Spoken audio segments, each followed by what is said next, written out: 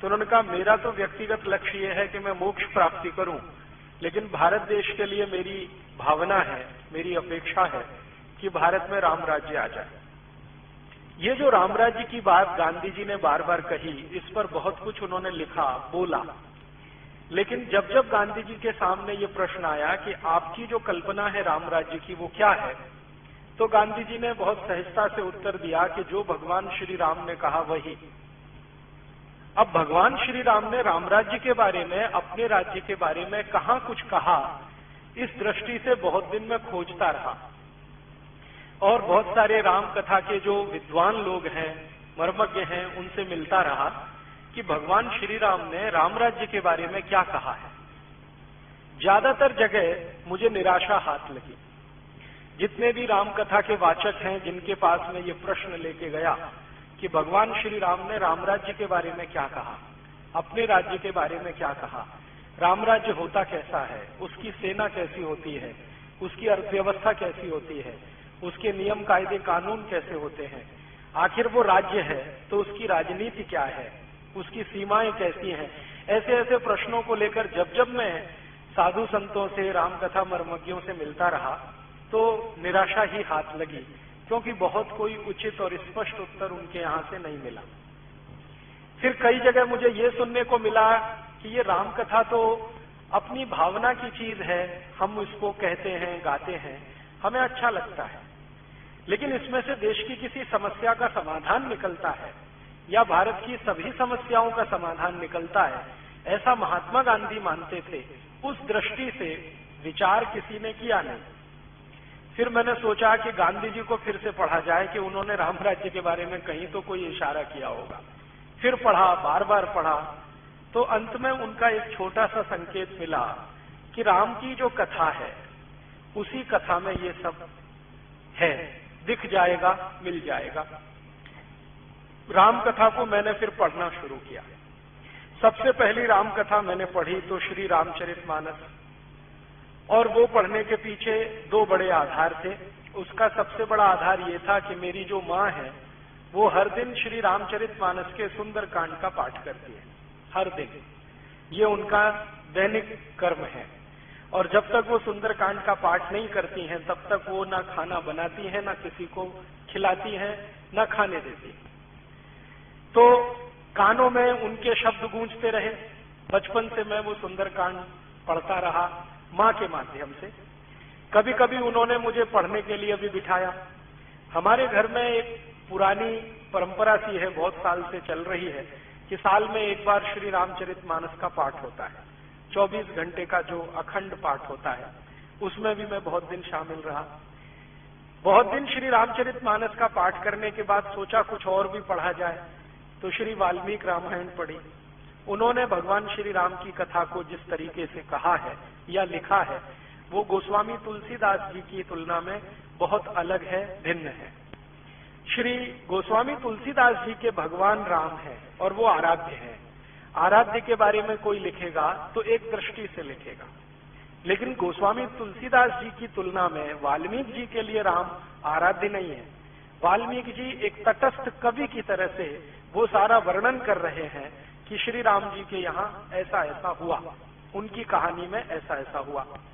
मेरे एक बहुत नजदीकी और जिनको मैं बहुत मानता हूं अपने जीवन में, एक गुरु हैं श्री धर्मपाल जी। उनको एक बार मैंने चर्चा की तो श्री धर्मपाल जी ने कहा कि देखो, अगर तुम राम राज्य को ही समझना चाहते हो राम कथा में से, तो भारत में राम कथा लिखने वाले जो दक्षिण भारतीय कवि हैं या बड़े महान लोग हैं, उसको भी जरा देखो। मैंने पूछा क्यों? तो उन्होंने कहा उसमें तुमको बिल्कुल भिन्न दृष्टि मिलेगी। तो दक्षिण भारत में मैं पिछले कुछ वर्षों से घूमता हूं, तो वहां जो राम कथाएं लिखी गई हैं उनमें सबसे ज्यादा चर्चित और सबसे ज्यादा मानी जाने वाली कंब रामायण है। कंब तमिल के एक बहुत बड़े ऋषि हुए, बहुत बड़े ऋषि हुए। जैसे हम वाल्मीकि का अपने यहाँ स्थान मानते हैं, गोस्वामी तुलसीदास का मानते हैं, वैसे ही तमिल समाज के लोग कंब ऋषि को बहुत ऊंचा मानते हैं। तो कंब एक बड़े ऋषि हुए, उन्होंने श्री राम जी की कथा लिखी है और उसको दक्षिण भारत में कंबन रामायण के रूप में जाना जाता है। और मैंने जब श्री कंबन रामायण को पढ़ा तो अद्भुत लगी मुझे। ऐसा लगा कि मुझे बहुत सारा ज्ञान आसानी से उसमें मिल गया। फिर श्री राम जी की कथा एक बहुत बड़े कवि ने भी लिखी है, आप सब जानते हैं, मध्य भारत के एक बड़े कवि श्री कालिदास, उन्होंने श्री राम जी की कथा लिखी है रघुवंशम। अद्भुत कथा है वो भी, वो मैंने पढ़ी, बार बार पढ़ी। तो ऐसा करके 8-10 तरह की राम कथाएं या श्री राम जी की जीवनी, वो सब पढ़ने के बाद कुछ मेरे समझ में आया, वो निचोड़ आपको अगले 1-1.5 घंटे में मैं कहना चाहता हूं। इस बात का आप ध्यान रखेंगे कि मैं जो भी कुछ कह रहा हूं वो भारत की वर्तमान समस्याओं के समाधान के संदर्भ में कहूंगा कि राम जी की कथा में से भारत की समस्याओं के समाधान कैसे निकले। आज की जो समस्याएं हम देख रहे हैं अपने देश में, राजनीति के स्तर पर हो या सामाजिक समस्याएं हो, हमारी सभ्यता में आई हुई समस्या हो या संस्कृति के स्तर पर हो, इन सभी के समाधान राम जी की कथा में से मुझे दिखाई देते हैं। और अब मुझे समझ में आता है कि महात्मा गांधी किस राम राज्य की बात करते थे। गांधी जी जब बार बार कहते थे कि अगर भारत में राम राज्य हो जाए तो सब समस्याओं का समाधान हो जाए, अब मुझे उस बात पर बिल्कुल स्पष्टता है और दिखाई देता है कि अगर इस देश को राम राज्य के रास्ते पर ले जाए तो कैसे समस्याओं का बहुत सरल और सुखद समाधान हमें मिल सकता है। श्री राम जी की कथा आप सब जानते हैं। कथा कहने में मैं समय खराब नहीं करूंगा क्योंकि कथा आप सभी ने सुनी है। कथा के बीच में जो बिटवीन द लाइन्स होती हैं, संवाद जो होते हैं, जिनमें से कोई बात को पकड़ के विश्लेषण किया जा सकता है, ऐसी कुछ बातें आपके बीच में रखूंगा। और श्री राम के चरित्र में जो बातें मुझे बहुत अच्छी लगती हैं वो भी आपसे मैं शेयर करने की कोशिश करूंगा।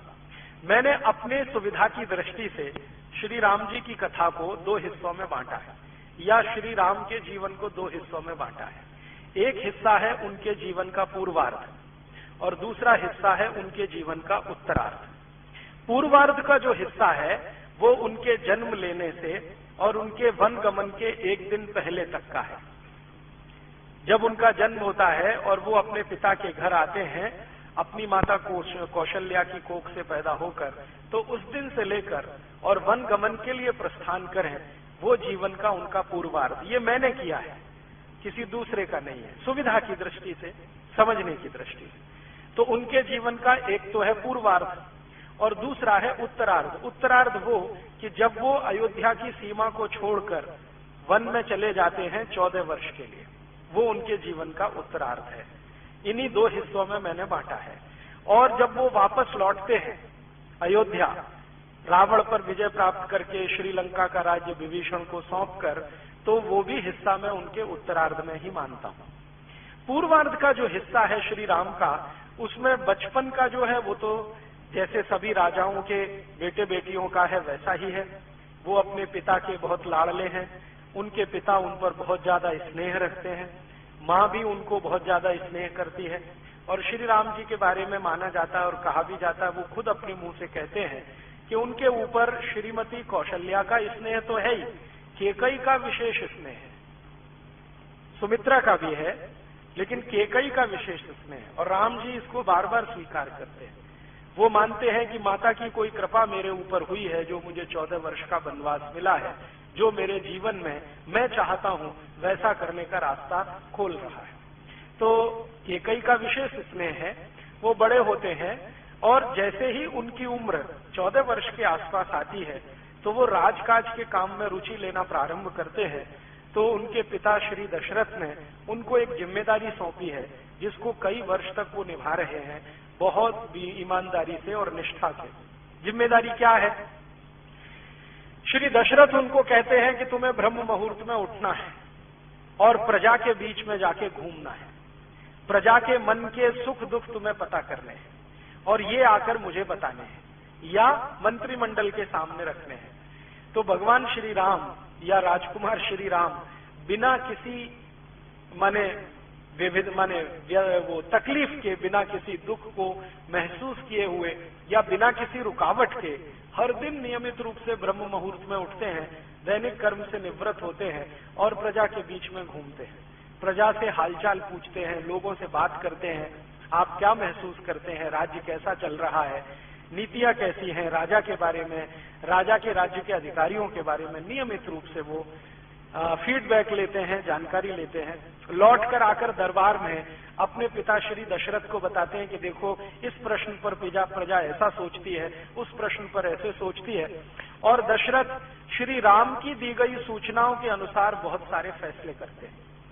कोई नीति बदलनी है तो नीतियों को बदलते हैं, राज्य के किसी अधिकारी को दंड देना है तो दंड देते हैं। और दशरथ जी का ऐसा मानना है कि राम झूठ नहीं बोलता, क्योंकि उसमें बहुत सारे सद्गुण हैं। उनमें से एक सद्गुण है कि उसके मुंह से झूठ बात कभी निकलती नहीं, वो झूठ कभी बोलता नहीं, सत्य का आचरण हमेशा रखता है और उसे वो छोड़ता नहीं। तो वो जैसा भी आके भगवान राम उनको बताते हैं, दशरथ जी उनको पूरा का पूरा मान करके अक्षर से सच है वैसे ही वो न्याय करते हैं, वैसे ही फैसले करते हैं।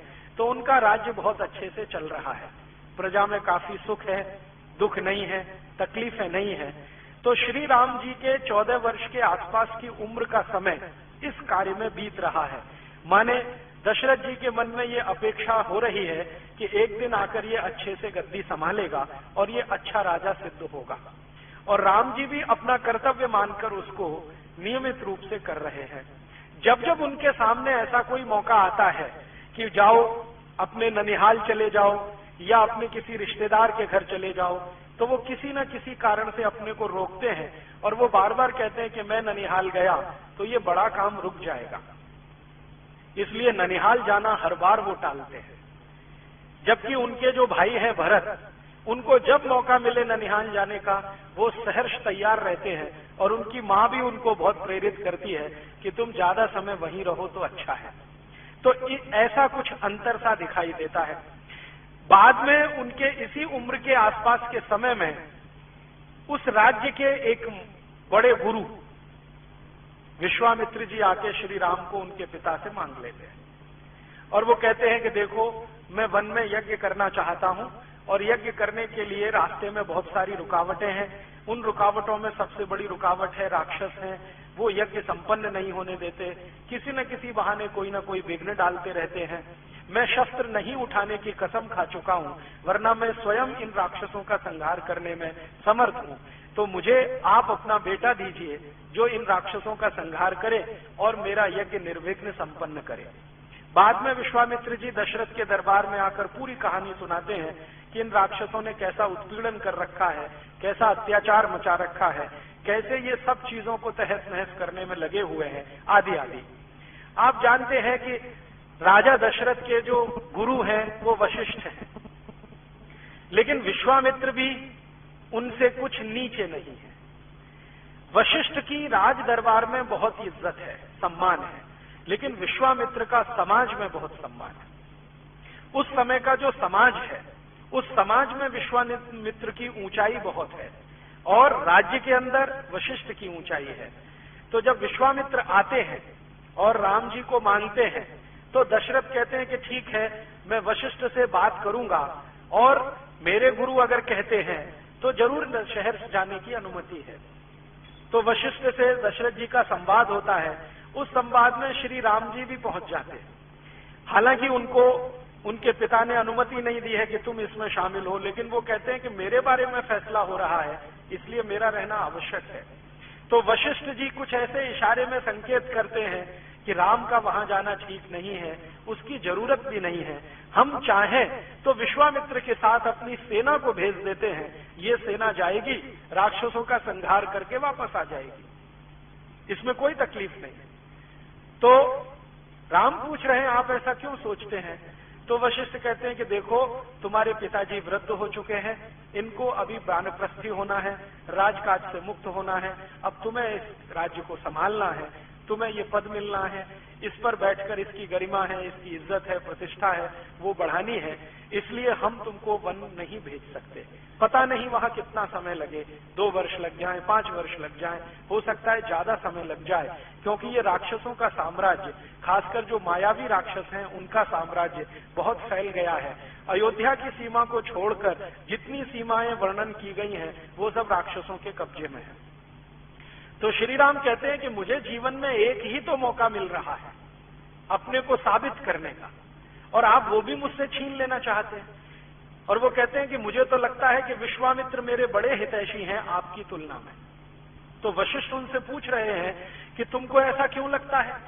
तो वो कहते हैं कि देखो, जब तक मैं राजमहल में रहता हूं तो मुझे प्रजा के सुख दुख का सिर्फ अनुभव हो जाए, इसकी मैं कोशिश करता हूं प्रयासपूर्वक। लेकिन अगर मैं राजमहल छोड़ के चला जाऊं और जंगल में रहने लगूं ऐसे ही जैसे सामान्य प्रजा रहती है, तो मुझे प्रयासपूर्वक अनुभव नहीं करना पड़ेगा, आसानी से मुझे अनुभव होने लगेगा। तो जब तक मैं ये राजमहल के सुख नहीं छोड़ूंगा तब तक मुझे दुख का अनुभव होगा नहीं, और जब तक दुख का अनुभव नहीं होगा तब तक न्याय और अन्याय का अंतर मुझे नहीं पता होगा, श्रेय और प्रेय का अंतर नहीं मालूम है, क्या अभीष्ट है क्या नहीं है ये मैं समझ नहीं पाऊंगा, इसलिए मुझे तो जाना ही है। अब इस तरह के वाक्य जब वो बोलते हैं तो वशिष्ठ जी कहते हैं कि फिर ठीक है, जैसी तुम्हारी इच्छा। तो श्री राम जी कहते हैं मेरी इच्छा नहीं, ईश्वर की इच्छा, ईश्वर की इच्छा। तो वो कहते हैं वो कैसे? तो उन्होंने कहा ये ईश्वर की इच्छा है कि मैं जाऊं, वरना विश्वामित्र ऐसे ही नहीं आए हैं। विश्वामित्र खुद इतने तपस्वी हैं और बलशाली हैं जिन्होंने अद्भुत अद्भुत किस्म के अस्त्र और शस्त्रों का निर्माण किया है। वो चाहें तो राक्षसों का पूरा साम्राज्य मिटा सकते हैं। वो कह रहे हैं कि मैंने एक संकल्प किया है कि राक्षसों के युद्ध नहीं लड़ूंगा, लेकिन वो संकल्प तोड़ भी सकते हैं और संकल्प तोड़ने का प्रायश्चित करने की भी हैसियत उनकी है, लेकिन कुछ विशेष सोच विचार कर वो मुझे लेने आए हैं। तो मैं मानता हूं कि ये ईश्वर की कोई इच्छा है। और वशिष्ठ को वो कहते हैं कि मैं तो बहुत आस्थावान हूं, ईश्वर के प्रति मेरा परम विश्वास है, और वो कहते हैं कि नियति निश्चित है, इसलिए मुझे लगता है कि ये वनगमन जाना ही है। तो वो निकलते हैं और अपने साथ अपने भाई लक्ष्मण को ले जाते हैं। पहले तो वो सोचते हैं मैं अकेला जाऊं, लेकिन लक्ष्मण उनको बहुत जिद करके तैयार करते, नहीं मैं भी आपके साथ चलूंगा।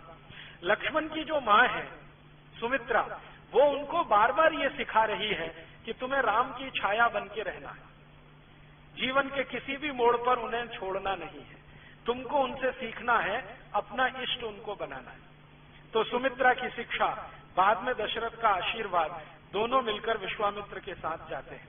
अब विश्वामित्र के साथ जब वो जा रहे हैं तो सबसे महत्व की बात जो मुझे समझ में आती है वो ये कि जब उनको कहा उनके पिता श्री दशरथ ने कि देखो राक्षसों से युद्ध होगा, तुम अपने साथ सेना लेकर जाओ, तो श्री राम कहते हैं कि सेना लेकर गया तो क्या फायदा।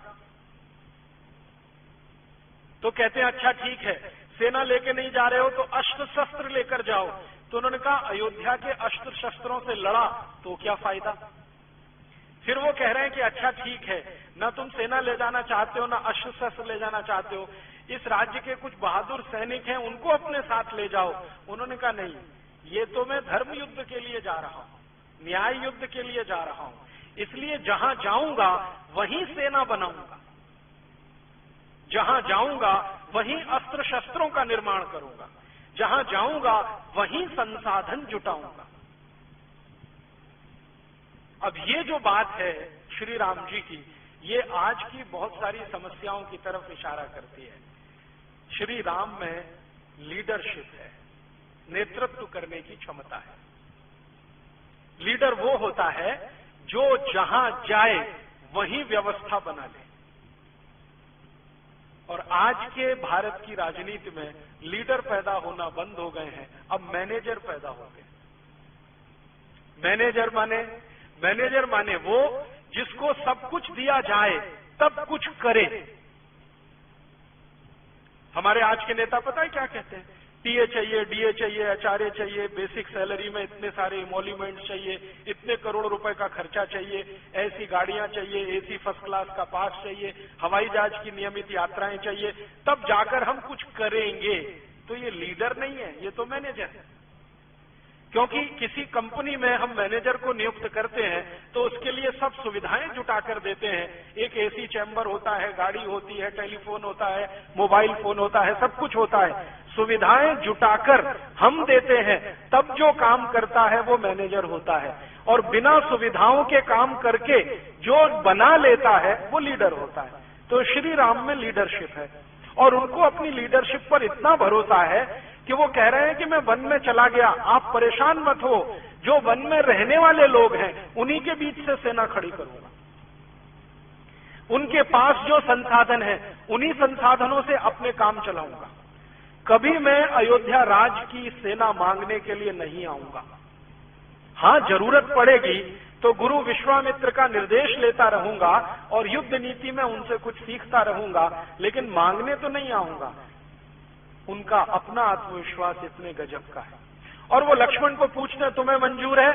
हम बिना सेना के जा रहे हैं, बिना दास दासियों के जा रहे हैं, बिना संसाधनों के जा रहे हैं, हम अपना रथ भी लेके नहीं जा रहे हैं, रथ भी यहीं छोड़ेंगे। अयोध्या की सीमा खत्म हो जाएगी, उसके बाद रथ आगे नहीं जाएगा, पैदल ही जाना पड़ेगा। जैसे विश्वामित्र कहेंगे वैसे ही करना पड़ेगा। कंदमूल खाने पड़ेंगे, जंगलों में सोना पड़ेगा, पेड़ के नीचे कुटिया बनानी पड़ेगी। हो सकता है कि बहुत सारे कीड़े मकोड़े हमें परेशान करें, उनके बीच में सुरक्षित रहना पड़ेगा। तैयार हो? तो लक्ष्मण कहता है, इसमें पूछने की क्या बात है? तो वो कहते हैं, नहीं नहीं, अभी तक तुमने दुख देखा नहीं है, अभी तो राजमहल के सुख में तुम रहे हो। तो वो पूछ रहे हैं लक्ष्मण को कम्बन रामायण में जो ऋषि है ना, उन्होंने राम के बराबर रखा है। मतलब लक्ष्मण बोलते हैं, रामचरितमानस में लक्ष्मण ज्यादा सुनते हैं, कंब रामायण में लक्ष्मण बोलते हैं और बराबर बोलते हैं। तो कंब रामायण में लक्ष्मण कह रहे हैं कि अच्छा, आपने कौन सा दुख देखा है इन महलों में? आपने अभी तक सुख ही सुख देखा है, तो मैंने भी देखा है। अब आप दुख झेलना शुरू करेंगे, मैं भी सीख लूंगा, इसमें कोई मुश्किल नहीं है, चलो। तो दोनों निकलते हैं विश्वामित्र के साथ। विश्वामित्र के साथ रास्ते भर जो संवाद उनका चला है, अद्भुत है, बहुत ही अद्भुत है। विश्वामित्र राम को बहुत सारे प्रश्न करते हैं और उन प्रश्नों के जो वो उत्तर देते हैं तो विश्वामित्र गदगद होते हैं। वो कहते हैं कि ये लड़का समय से पहले परिपक्व हो चुका है और भविष्य का चक्रवर्ती सम्राट या राजा होने की इसमें सभी काबिलियत है। तो ऐसे बहुत सारे प्रश्न हैं जो विश्वामित्र और राम के संवाद के रूप में है। तो विश्वामित्र पहला प्रश्न पूछ रहे, राम तुम्हें मालूम है हम कहां जा रहे हैं? तो हाँ, वन में जा रहे हैं, कहीं आपकी कुटिया बनी हुई है, वहां राक्षस बहुत उत्पात मचा रहे हैं, वो आपको यज्ञ नहीं करने दे रहे हैं और आपको यज्ञ करना है, क्योंकि ये यज्ञ आप अपने लिए नहीं कर रहे हैं, समाज के लिए कर रहे हैं, समाज को सुख मिले इसके लिए यज्ञ कर रहे हैं। तो मैं भी समाज का एक अंग हूं, आपके यज्ञ में निर्विघ्नता आए, वो संपन्न हो, ऐसी मेरी इच्छा है, उसमें सहयोग करने जा रहा हूं। तो वो पूछ रहे हैं विश्वामित्र कि तुम जहां जा रहे हो वहां किस तरह के राक्षस रहते हैं, अंदाजा है? तो उन्होंने कहा, अंदाजा तो नहीं है, लेकिन देख लूंगा, पता चल जाएगा कितने मजबूत हैं, कितने ताकतवर हैं, उनकी शक्ति कितनी है, मेरी शक्ति कितनी है। तो फिर वो कह रहे हैं कि सेना तो लिया नहीं है हमने, राजा दशरथ तो तैयार थे सेना देने के लिए, पैसा भी लिया नहीं है हमने, दास दासियां लिया नहीं है हमने, मैनेजर लिए नहीं है, तुम्हारे सहयोगी है नहीं, तुम्हारे पास अपना तीर कमान है, धनुष है, लक्ष्मण के पास इतना है, अब क्या करेंगे वहां? तो श्री राम कहते हैं एक वाक्य, वो कहते हैं कि हम जन सेना बनाएंगे। राजा दशरथ की सेना तो दूसरे तरह की है, हम तो दूसरे तरह की सेना बनाएंगे। तो विश्वामित्र जिज्ञासा से पूछते हैं, तुम्हारा क्या मानना है, राजा दशरथ की सेना कैसी है? तो वो कहते हैं, राजा दशरथ की सेना में जितने भी सैनिक हैं वो सब वेतन पर काम करने वाले हैं।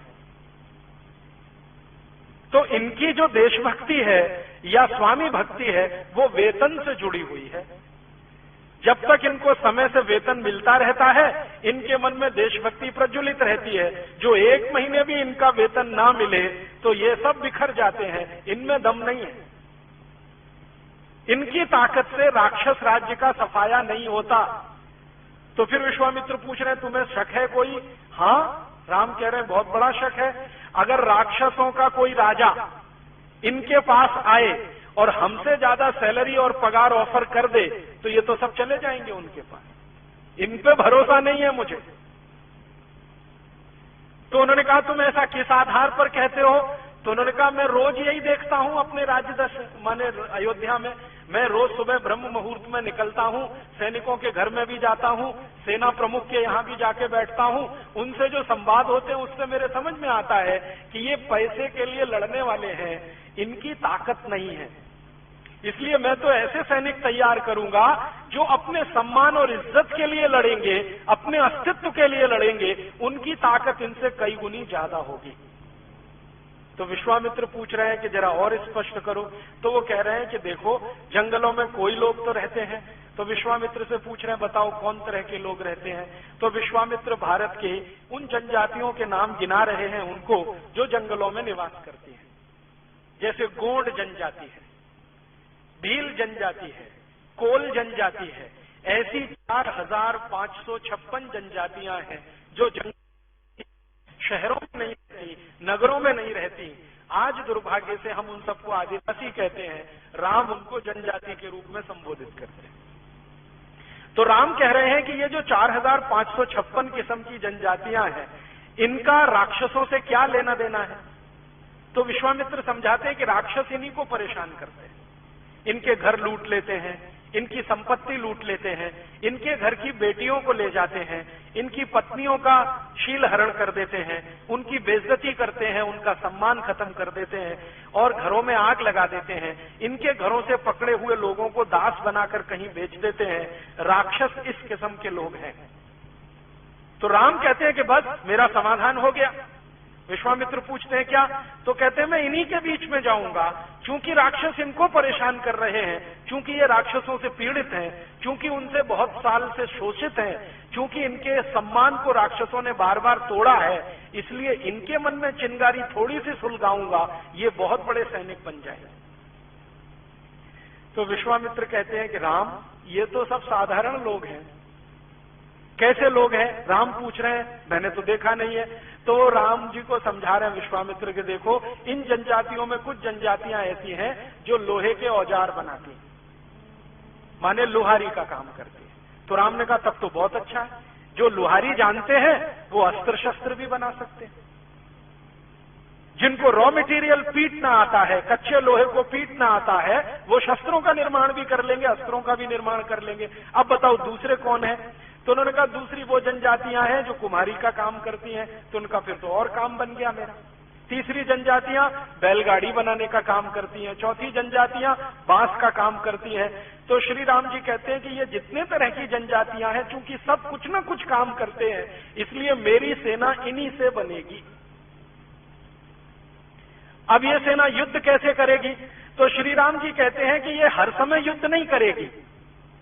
ये सेना के सैनिक हर समय अपना काम करेंगे, जब युद्ध का समय आएगा तो काम छोड़कर मैदान में लड़ेंगे। तो विश्वामित्र कहते हैं कि तब तो इनको विशेष प्रशिक्षण देना पड़ेगा। तो राम ने कहा उसकी जिम्मेदारी मैं लेता हूं, इनको विशेष प्रशिक्षण देना है वो मेरी जिम्मेदारी है।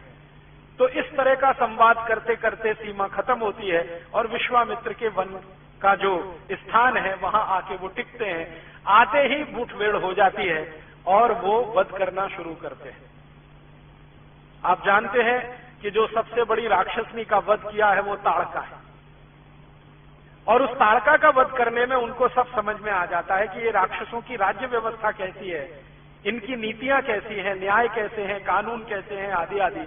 तो राम और लक्ष्मण एक दूसरे से संवाद करते हैं कि हम कुछ भी करेंगे, इन राक्षसों का सफाया करेंगे, क्योंकि ये धर्म के विरुद्ध है, न्याय के विरुद्ध है। तो लक्ष्मण जी पूछते हैं, भैया ये न्याय क्या होता है, अन्याय क्या होता है? तो जो सुंदर परिभाषा उन्होंने दी है वो आज 5,13,000 साल के बाद भी उतनी ही सुंदर है।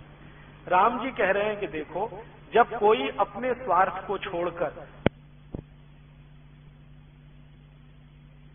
स्वार्थ के लिए लड़ता है वो सब अन्याय होता है। ये है राम की परिभाषा।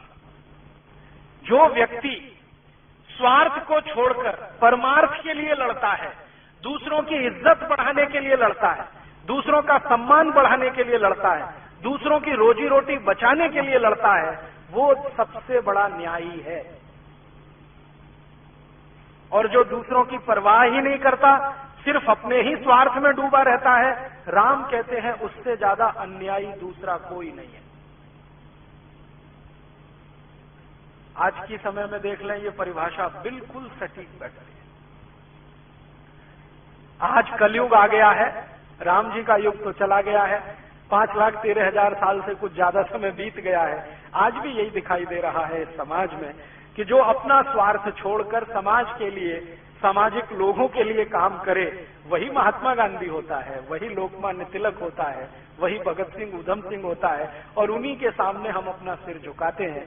और जो सब कुछ परमार्थ छोड़कर स्वार्थ में डूबा रहता है, वो भले ही हजारों करोड़ लोगों को या हजारों करोड़ की संपत्ति का मालिक हो, समाज उसको भूल जाता है, 10 दिन भी याद नहीं करता। हजारों करोड़ की संपत्ति के मालिकों का स्वर्गवास होता है। मैं पिछले 20 साल से, जब से मेरी समझ बनी है, देख रहा हूं 10 दिन के बाद 11वें दिन कोई याद नहीं करता। फिर उनको याद कराने के लिए अखबार में कुछ करोड़ रुपए के विज्ञापन देने पड़ते हैं कि हाँ, हमारे सेठ जी का आज स्वर्गवास हुआ था, हम उनको याद कर रहे हैं। माने करोड़ों रुपए का विज्ञापन खर्च कर रहे हैं, समाज उनको याद नहीं करता है। महात्मा गांधी को याद करने के लिए कोई विज्ञापन नहीं देना पड़ता है, भगत सिंह को याद करने के लिए कोई विज्ञापन नहीं लगता, उधम सिंह को याद करने के लिए विज्ञापन नहीं लगता। तो राम जी बनाकर गए, ये परिभाषा हमारी नहीं है कि जो दूसरों के लिए लड़ रहा है, उनके संघर्ष में है, तो वो तो न्याय के रास्ते पर है, जो अपने स्वार्थ के लिए है वो तो अन्याय के रास्ते पर है। तब वो बात चल रही है कि ये जो रावण है वो किस रास्ते पर है, तो राम कह रहे हैं निश्चित रूप से अन्याय के रास्ते पर है। रावण अपने लिए लड़ रहा है, अपनी जाति के लिए लड़ रहा है, इसके आगे कुछ नहीं, तो वो तो अन्याय के रास्ते पर है। ये राक्षस सब अन्याय के रास्ते पर है। हम न्याय के रास्ते पर इसलिए हैं कि हम अपने स्वार्थ को छोड़कर अयोध्या से यहां आए हैं, और यहां आने के बाद हम जीतेंगे इस युद्ध को, ये मेरा विश्वास है, लेकिन अपना राज्य कायम नहीं करेंगे। ये पूरा राज्य इन्हीं को सौंपकर हम चुपचाप यहां से निकल जाएंगे। तो लक्ष्मण कहते हैं, अरे मैं तो ये सोच के बैठा था कि ये पूरा किष्किंधा का राज्य हमारा होने वाला है। ये जो किष्किंधा है ना, वन का एक बड़ा क्षेत्र है, जिसका राजा काफी दिनों तक बाली रहा है, उसके बाली के बाद सुग्रीव रहा है, और बाली के पहले रावण वहां का राजा है, माने रावण की क्षेत्र का है। तो वो कह रहे हैं, लक्ष्मण मैं तो ये सोच के आया था कि हम इस राज्य को जीत लेंगे, राक्षसों से मुक्त कर लेंगे, ये तो हमारे अयोध्या का अंग बनेगा। तो कहते हैं, लक्ष्मण तुम भी अन्याय के रास्ते पर जाना चाहते हो? तो लक्ष्मण कह रहे हैं कि हमारे भारत में तो चक्रवर्ती सम्राट वही होता है जो दूसरों के राज्य को जीत लेता है। तो राम कहते हैं कि मैं चक्रवर्तित्व की परिभाषा बदलना चाहता हूं और एक नई परिभाषा गढ़ना चाहता हूं। अब आप जरा देखिए इस बात को। राम के पहले उनके वंश में जितने भी महान राजा हुए, रघु हुए, दिलीप हुए, अज हुए, इन सभी ने चक्रवर्तित्व की परिभाषा बनाई है क्या? कि किसी राज्य के लिए अगर वो लड़े, जीत लिया, तो राज्य उनके अधीन आया, राज ने उनकी मातहती की। और इस तरह से रघु चक्रवर्ती हुए, अज चक्रवर्ती हुए, दिलीप चक्रवर्ती हुए, ये सब दशरथ के पूर्वज हैं, दशरथ के पिता पितामह ये सब हैं। राम कहते हैं कि मैं अपने कुल में चक्रवर्तित्व की परिभाषा बदलना चाहता हूं और आज से नई परिभाषा गढ़ना चाहता हूं कि हम राज्यों को जीतेंगे लेकिन अपने राज्य का अंग नहीं बनाएंगे।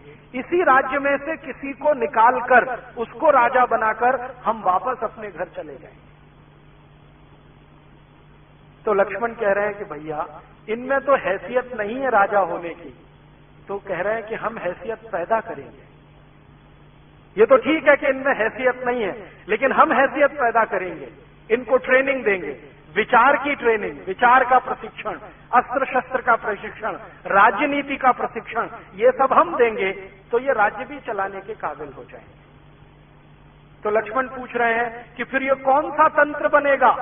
तो राम कह रहे हैं ये गणतंत्र बनेगा, यही प्रजातंत्र बनेगा। मुझे अब समझ में आता है कि प्रजातंत्र के मूल शायद श्री राम ही है। उनके पहले इस देश में प्रजातंत्र कहीं नहीं है। प्रजातंत्र में आज जो परिभाषा चलती है ना, लोगों का शासन लोगों के लिए, लोगों के द्वारा, और राम जी ने तो यही सिद्ध कर दिया।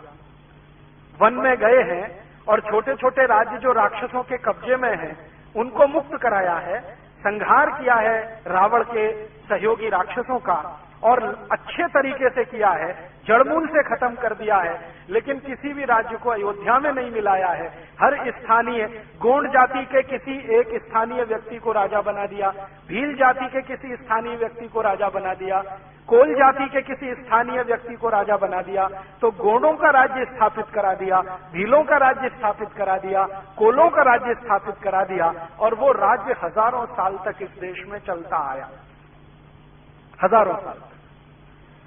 अगर आप गोंड जनजाति के लोगों के बीच में जाकर, कोल जनजाति के लोगों के बीच में जाकर, या भील जनजाति के लोगों के बीच में जाकर संवाद करें, तो वो कहते हैं ये राज्य तो राम का दिया हुआ है। मैं पिछले 4-5 वर्षों में मध्य और दक्षिण भारत में रहने वाली ये जो जनजातियां हैं, गोंड जनजाति सबसे ज्यादा मध्य भारत में है। ये जो मध्य प्रदेश का हिस्सा है, थोड़ा महाराष्ट्र का और बहुत बड़ा आंध्र प्रदेश का, यहां पर गोंड जनजातियों के लोग रहते हैं। कोल जनजाति थोड़ा उससे नीचे है और भील काफी बड़े इलाके में। इन तीनों जनजातियों के प्रमुखों के बीच में जाकर कई कई दिन रहा हूं और उनकी रामकथा सुनी है। वो हर बार रामकथा की शुरुआत ही कहते हैं, हे भगवान श्री राम, ये राज्य आपका दिया हुआ है, हम तो आपके सेवक हैं। और जब कंब रामायण मैंने पढ़ा तो बिल्कुल बात समझ में आई। वो लक्ष्मण को कह रहे हैं कि राज्य हम जीतेंगे, देंगे इनको वापस, राजा इन्हीं का होगा, हमारा कोई व्यक्ति यहां राजा बन के नहीं बैठेगा। तो राक्षसों से, रावणों से राज्य छीनकर भीलों को, कोलों को और दूसरी जनजातियों को राजा बनाते चले जाना, ये राम ने चक्रवर्तित्व की नई परिभाषा दी है। और इसलिए शायद वो आदर्श और मर्यादा पुरुषोत्तम माने गए। हमारे यहां इसके पहले कभी ऐसा हुआ नहीं। श्री राम जी के पहले का जो भी इतिहास भारत का पढ़ाता रहा है, या जिसको भी थोड़ी समझ है, वो ये है कि जिस भी राजा ने दूसरे को जीत लिया, अपने मातहत उसने कर लिया। लेकिन श्री राम कहते हैं कि जीता और उन्हीं में से किसी को राजा बनाया। फिर ये कहानी का एक हिस्सा पूरा होता है। भगवान श्री राम विश्वामित्र का यज्ञ अच्छे से संपन्न करा के वापस निकलने को तैयारी होती है, तो विश्वामित्र कहते हैं कि देखो, ईश्वर की एक इच्छा और है, अभी एक तो हो गई, वन में यज्ञ संपन्न हो गया, वन के जो मालिक हैं उनको उनका राज्य मिल गया, ईश्वर की एक इच्छा तो पूरी हुई, अभी दूसरी बाकी है। राम पूछते हैं वो क्या? कि तुम्हारा विवाह, वो भी ईश्वर की इच्छा से ही निश्चित है। तो राम जी पूछ रहे हैं विश्वामित्र से कि आपने कहां देखा है मेरे विवाह के लिए? तो कहते हैं मैंने देखा है और तय भी कर लिया, विवाह तुम्हारा वहीं होना है। कौन है, क्या है? तो राजा जनक की कहानी उनको वो सुनाते हैं कि एक राजा जनक है, उनकी एक पुत्री है जिसको उन्होंने उत्पन्न तो नहीं किया है, लेकिन उसको पुत्री की तरह से पाला है। तो राम पूछते हैं कि उन्होंने उत्पन्न नहीं किया है, माने वो उनके कुल की नहीं है? कि हाँ, कुल की नहीं है। तो कहां से मिली? तो कहते हैं खेत में मिली है, मिट्टी में मिली है, खेत में मिली है। तो उसके कुल का पता नहीं है, किस कुल की है, कौन उसका असली पिता है, कौन उसकी असली माता है, पता नहीं है, खानदान का मालूम नहीं, कुल का मालूम नहीं, और तुम्हारा विवाह वहीं होना है। तो श्री राम कहते हैं कि पिताजी से पूछा है? तो राम जी को विश्वामित्र कह रहे हैं कि पूछे न पूछे, ये तो हरि की इच्छा है, होना तो वही है। तो राम पूछ रहे हैं कि क्या ईश्वर मेरे हाथों कोई दूसरा भी ऐसा काम कराना चाहता है? तो कहते हैं हाँ, जिस लड़की का कुल पता नहीं, जिसके माँ बाप का पता नहीं, जिसका असली खानदान क्या है उसका पता नहीं, जब श्री राम तुम उससे शादी करोगे तब उसको जो प्रतिष्ठा मिलेगी तो एक दूसरी मर्यादा बनेगी। तो श्री राम कहते हैं कि अच्छा ठीक है, आपको ऐसा ही लगता है कि इसमें भी कोई मर्यादा बन रही है, मैं सहर्ष तैयार हूं। तो लक्ष्मण कहते हैं सोच लो भैया, दूसरा मौका नहीं मिलेगा। तो विश्वामित्र मुस्कुराते हुए कहते क्यों नहीं मिलेगा? तुम्हारे पिता ने तो 3-3 शादियां की हैं, तुम चाहो तो दूसरी कर लेना, तीसरी भी कर लेना। तो श्री राम कहते हैं हाँ, लेकिन पिता से वो गलती हुई है। तो विश्वामित्र कहते हैं तुम मानते हो ये गलती हुई है? कि हाँ, ये गलती हुई है। तो तुम अगर मानते हो ये गलती हुई है तो कौशल्या ही तुम्हारी मां नहीं है, केकई भी है, सुमित्रा भी है, और तुम ये भी मानते हो कि तुम्हारे पिता ने 3 शादियां करके गलती की है, तो फिर ये कैसे है? ये तो द्वंद्व है। तो उन्होंने कहा कि शादियां कर ली हैं तो मैंने उनको मां मान लिया है, लेकिन मेरा मन कहता है कि पिता ने ये गलती की है। तो फिर विश्वामित्र कहते हैं कि तुम्हारे पिता ने कोई गलती नहीं की है, तुम्हारे जो दादा परदादा थे उन्होंने भी यही किया है। और राम का जो वंश है, जिसको रघुवंश कहते हैं, रघुवंश के सभी राजाओं ने एक से ज्यादा शादियां की हैं, अर्थात सभी के पास एक से ज्यादा पत्नियां हैं। तब राम कहते हैं कि गुरुदेव, मैं आपके सामने संकल्प करता हूं कि मैं दूसरी मर्यादा एक पत्नी व्रत की सिद्ध करके रहूंगा। तो वो पूछते हैं कैसे, क्यों?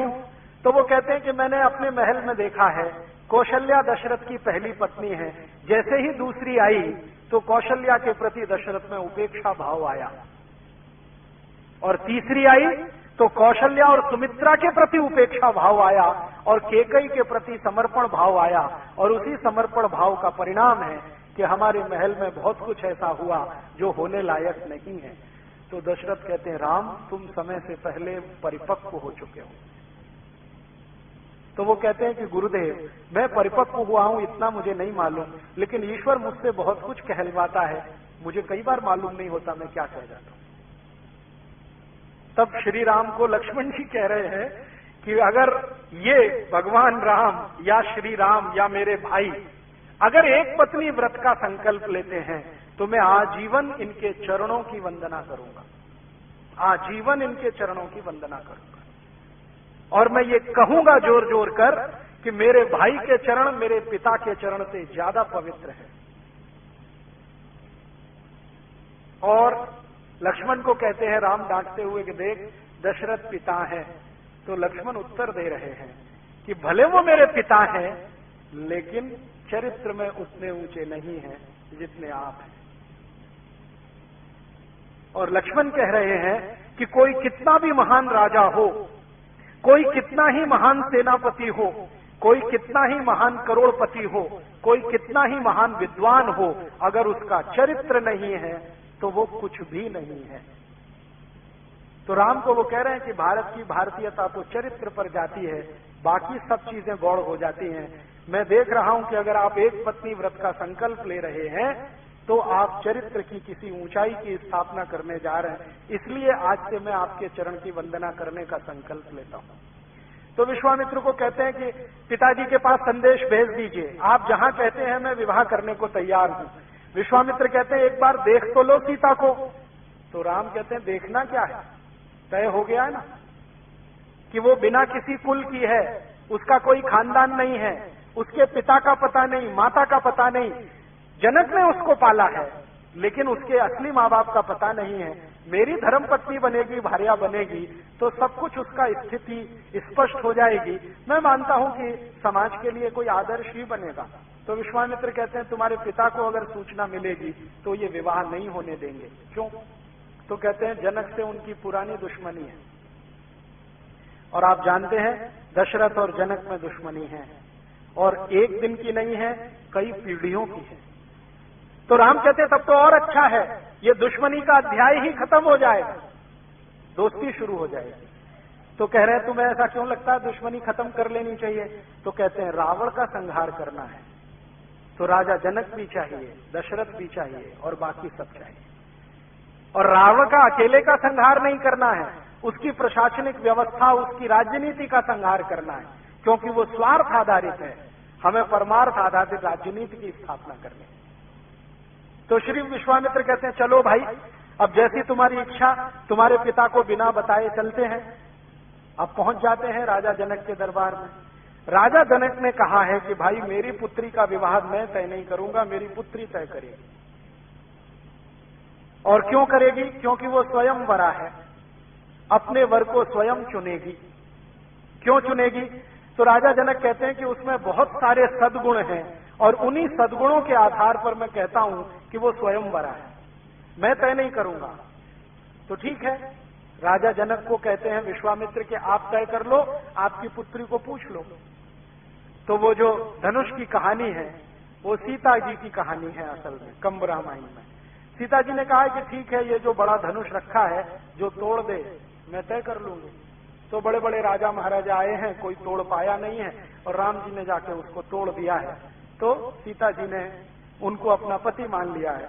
अब वो सीता जी को लेकर घर वापस आते हैं तो दशरथ बहुत परेशान हो जाते हैं कि बिना मुझे बताए इस तरह से विवाह हुआ है। तो राम कहते हैं जो कुछ हुआ है ईश्वर की इच्छा से हुआ है, उसमें ना आपकी चलेगी ना मेरी चलेगी, अभी जो ईश्वर की इच्छा है वही करना है।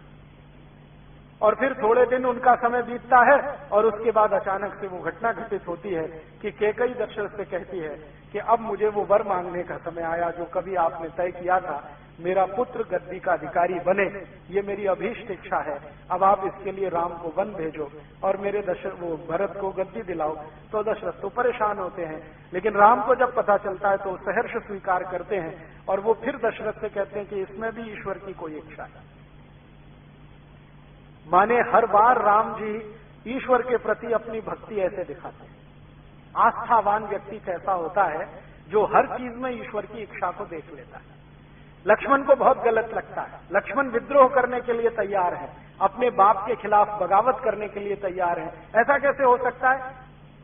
आपका अधिकार है, आप सबसे बड़े हैं, गद्दी पर आपको ही बैठना है, राज्य आपको चलाना है, नीतियां आपको आती हैं, न्याय अन्याय आप समझते हैं। भरत को तो कुछ समझ भी नहीं है, वो जिंदगी भर ननिहाल में रहा है, सुखों ही सुखों में पला है, उसने दुख कभी देखा नहीं है। आपने तो दुख का भी अनुभव किया है, मैंने थोड़ा किया है, आपने ज्यादा किया, इसलिए राजा बनने के अधिकारी तो आप ही हैं।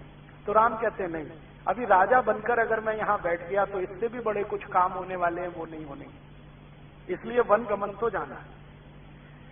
तो वन गमन जाने का तय होता है और फिर उनके साथ उनकी भार्या धर्मपत्नी सीता और फिर लक्ष्मण भी जाते हैं और वही कहानी फिर दोहराई जाती है। राजा दशरथ कह रहे हैं कि तुम वन जा रहे हो तो दास दासियों को लेके जाओ। राम कहते हैं नहीं, तुम वन जा रहे हो तो घोड़े हाथी लेके जाओ, नहीं, तुम वन जा रहे हो तो धन संपत्ति लेके जाओ, नहीं, तुम वन जा रहे हो तो अस्त्र शस्त्र लेके जाओ, नहीं, मैं जहां जाऊंगा वहीं सेना बनाऊंगा, वहीं के संसाधनों से रहूंगा। मुझे एक साधारण व्यक्ति का जीवन बिताना है और मैं जब साधारण व्यक्तियों के बीच में साधारण बनकर रहूंगा तो उनमें ज्यादा प्रेरणा पैदा होगी और शायद वो अपना लक्ष्य हासिल कर सकेंगे। एक राजा की हैसियत से जाऊंगा तो मेरे और उनके बीच में दूरी रहेगी, ये दूरी अगर पट नहीं पाई तो जो हासिल करना है वो मिलेगा नहीं। और 14 वर्ष का जो उनका वनवास है वो सब आप जानते हैं, जगह जगह जाना, कंदमूल खाना, वहीं कुटिया बना के रहना, वहीं के संसाधनों से जीवन चलाना, सुख में रहना, दुख में रहना, अलग अलग तरीके से जीवन बिताते हुए, राक्षसों का संहार करते हुए और जनजातियों का राज्य स्थापित कराते हुए वो अंत में पहुंचते हैं जब उनकी पत्नी का अपहरण होता है, रावण उठा के ले जाता है, फिर युद्ध का अनाद होता है और युद्ध होता है। युद्ध में राम विजयी होते हैं, रावण हारता है। रावण हारता है तो उसके बाद विभीषण को राजा बनाते हैं। तो विभीषण खुद हैरान है कि ये मुझे राजा बना रहे हैं, वो अब तक सोच के बैठा था कि राम राजा बनेंगे। तो राम कह रहे हैं कि मेरी आज तक की परंपरा नहीं है, जिस राज्य को जीता वहां मैं राजा बना, ये हुआ नहीं, मैंने उसी राज्य के नागरिकों को राजा बनाया। तब विभीषण पूछ लेते हैं, मुझे एक जिज्ञासा है, क्या है कि आपने बाली का संहार किया था और सुग्रीव को राजा बनाया था, आपके यहां अन्याय तो नहीं है, अधर्म भी नहीं है, तो ये वाली का वध न्याय था? तो राम पूछ रहे हैं, इतने दिन बाद क्यों पूछ रहे हो तुम? अभी तो सब कहानी खत्म हो गई। तो वो कह रहे हैं कि अभी तक हिम्मत नहीं पड़ी पूछने की। क्यों नहीं पड़ी? तो वो कह रहे हैं कि सुग्रीव आपका सहयोगी है और उसके सामने मैं ये पूछूं तो मुश्किल हो जाएगी, हो सकता है आपके और सुग्रीव के बीच में मनभेद हो जाए, मतभेद हो जाए। हमारा लक्ष्य रावण को खत्म करना था, वो आपको पहले पूरा करना था, अब प्रश्न पूछ रहा हूं। तो राम कहते हैं कि देखो, बाली अधर्मी ही था, धर्मी नहीं था। कैसे अधर्मी था? तब वो सुग्रीव को कहते हैं कि कहानी सुनाओ बाली, क्या क्या किया था उसने तुम्हारे साथ। तो सुग्रीव कहता है कि मैं और बाली दोनों सगे भाई थे और बाली हर समय मेरा अपमान करता था, बार बार मेरी पत्नी का अपमान करता था।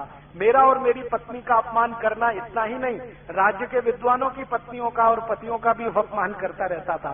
रावण के जैसा बनने की कोशिश करता रहता था, जैसा शोषण रावण करता है वैसा ही उसके मन में था। ये सब कहानी जब वो सुनते हैं सुग्रीव के मुंह से, तब विभीषण समझते हैं, हाँ बात तो आपकी सही है, वो अधर्मी ही था। तो राम ने कहा कि मैंने उसको मारने का संकल्प किया था, लेकिन बाली के लिए नहीं, सुग्रीव के लिए। अगर सुग्रीव को राजा बनाना है तो बाली को हटाना बहुत आवश्यक था, और बाली को नहीं हटाता तो वो सुग्रीव को मार डालता, और सुग्रीव अगर मर जाता तो हनुमान के रहने का स्थान नहीं रहता किष्किंधा में। और हनुमान तो भगवान के भेजे हुए कोई दूत हैं जिनके हाथों कोई बड़े काम इस देश में होने वाले हैं, इसलिए इनका बचना बहुत जरूरी था। आपको मालूम है किष्किंधा राज्य का जो मालिक था बाली, उसने ऐलान कर दिया था कि मैं इनमें से किसी को नहीं रहने दूंगा, न सुग्रीव को, न हनुमान को, न नल और नील को। तो राम कहते हैं ये नल नील भी भगवान के भेजे हुए हैं, इनके हाथों कोई विशेष काम होना नहीं।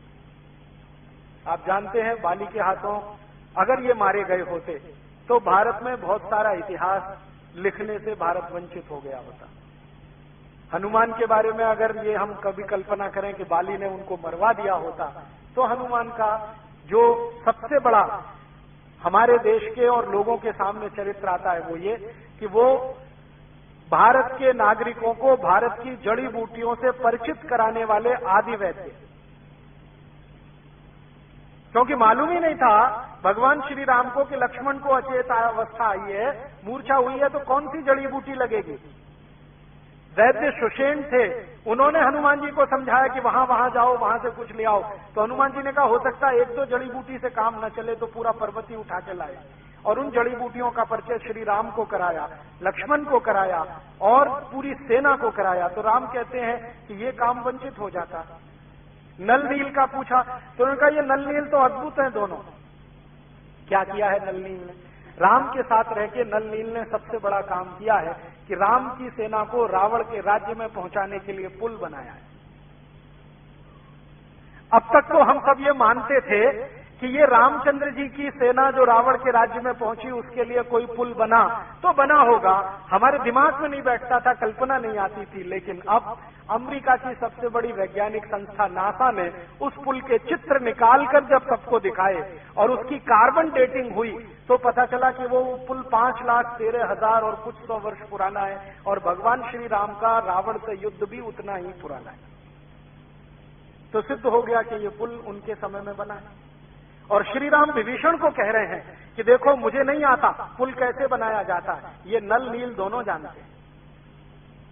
माने आज की भाषा में कहूं तो नल और नील दोनों कंस्ट्रक्शन के बहुत बड़े इंजीनियर जो पुल बनाया। और पुल भी कैसा बनाया? पत्थरों का पुल समुद्र के बीच में, कभी कल्पना काम न करे किसी की ऐसा। अब समुद्र में पत्थरों को डुबोना, तो नाव पे पत्थरों को रखना और नाव में किसी तीर को मार के उसको डुबो देना, ये काम वो कर रहे हैं भगवान श्री राम के साथ। तो पत्थरों को डुबोते डुबोते डुबोते डुबोते फिर एक ऊंचाई तक लाए हैं, फिर कंस्ट्रक्शन हुआ है। और उस पुल का कंस्ट्रक्शन पत्थर और पत्थर को जोड़ने वाले चूने के साथ इतना मजबूत बन गया है कि आज तक वो सुरक्षित है। 5,13,000 साल पुराना पुल सुरक्षित है जो कभी भारत में नल नील ने भगवान श्री राम के लिए बनाया।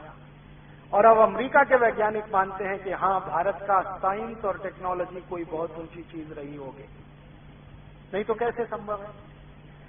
पत्थरों से समुद्र के बीच में पुल बनाना, नदी पे पुल बनाना तो समझ में आता है क्योंकि नदी की गहराई निश्चित होती है, समुद्र की गहराई ही निश्चित नहीं है। कभी कहां पर 100 किलोमीटर गहरा हो सकता है, कभी कहां पर 40 किलोमीटर, कभी कहां पर 200 किलोमीटर गहरा हो सकता है। इतने गहरे समुद्र में पुल बांध दिया।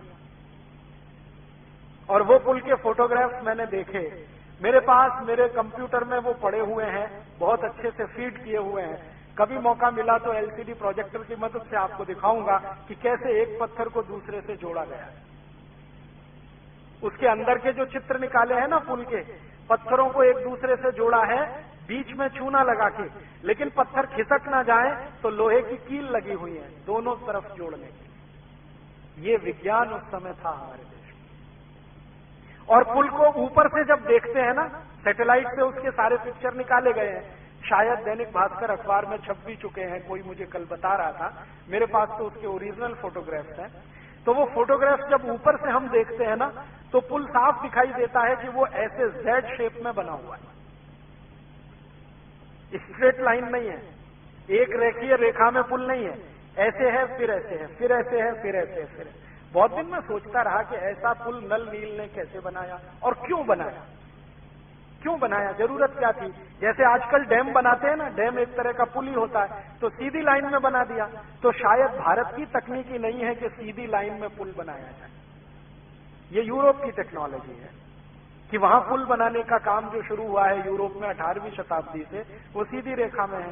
भारत में शायद हो नहीं सकता, समुद्र में तो बिल्कुल असंभव है, क्योंकि एक रेखीय पुल अगर होगा, लीनियर होगा, एक ही लाइन में होगा, तो उस पर पानी का दबाव सबसे ज्यादा पड़ेगा, क्योंकि समतल चीज होती है ना, तो उस पर दबाव ज्यादा होता है। पानी का दबाव ज्यादा आएगा तो टूट जाएगा, तो 5,13,000 साल थोड़ी टिक पाएगा।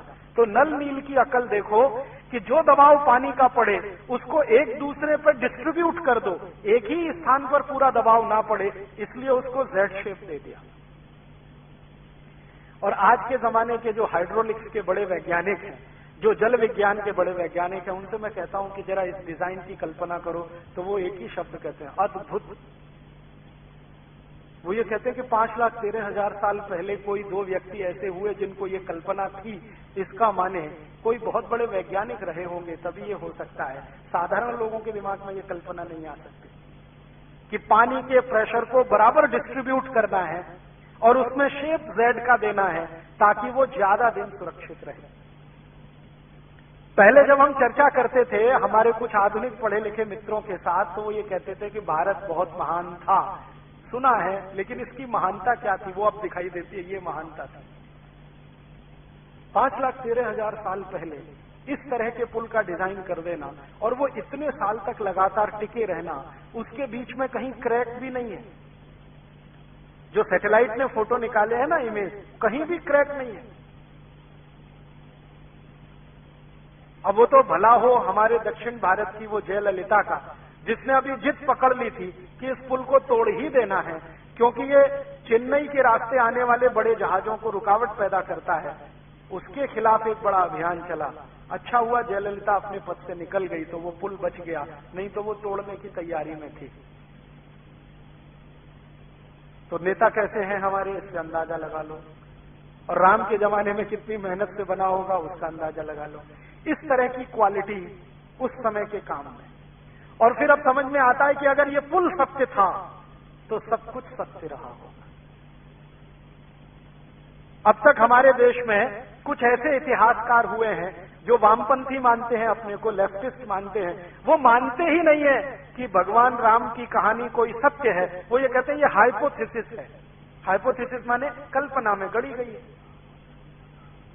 हाँ, अभी भी वो यही मानते हैं कि काल्पनिक है।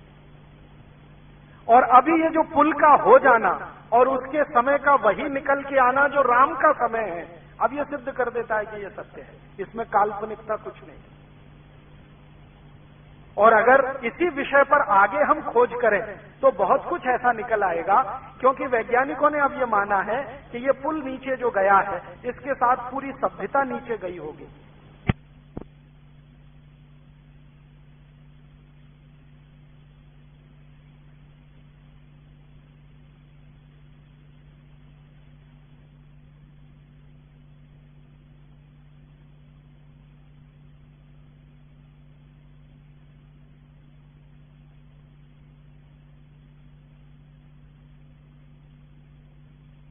सब कुछ नीचे चला जाता है कि नहीं?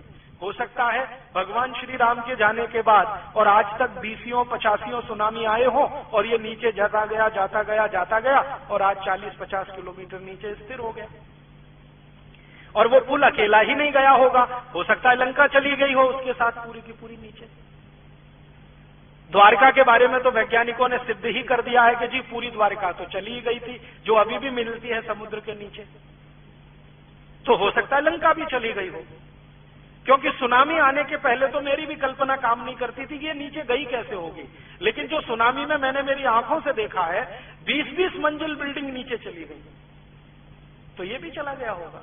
और पता नहीं पिछले इतने लाख वर्षों में कितने बार सुनामी आई है, कोई कैलकुलेशन नहीं है, तो उसमें गया होगा। अब उस डूबी हुई सभ्यता पर कोई काम करे, कुछ करोड़ों रुपए के बजट इस पर निकले, तो और भी बहुत कुछ निकल आएगा।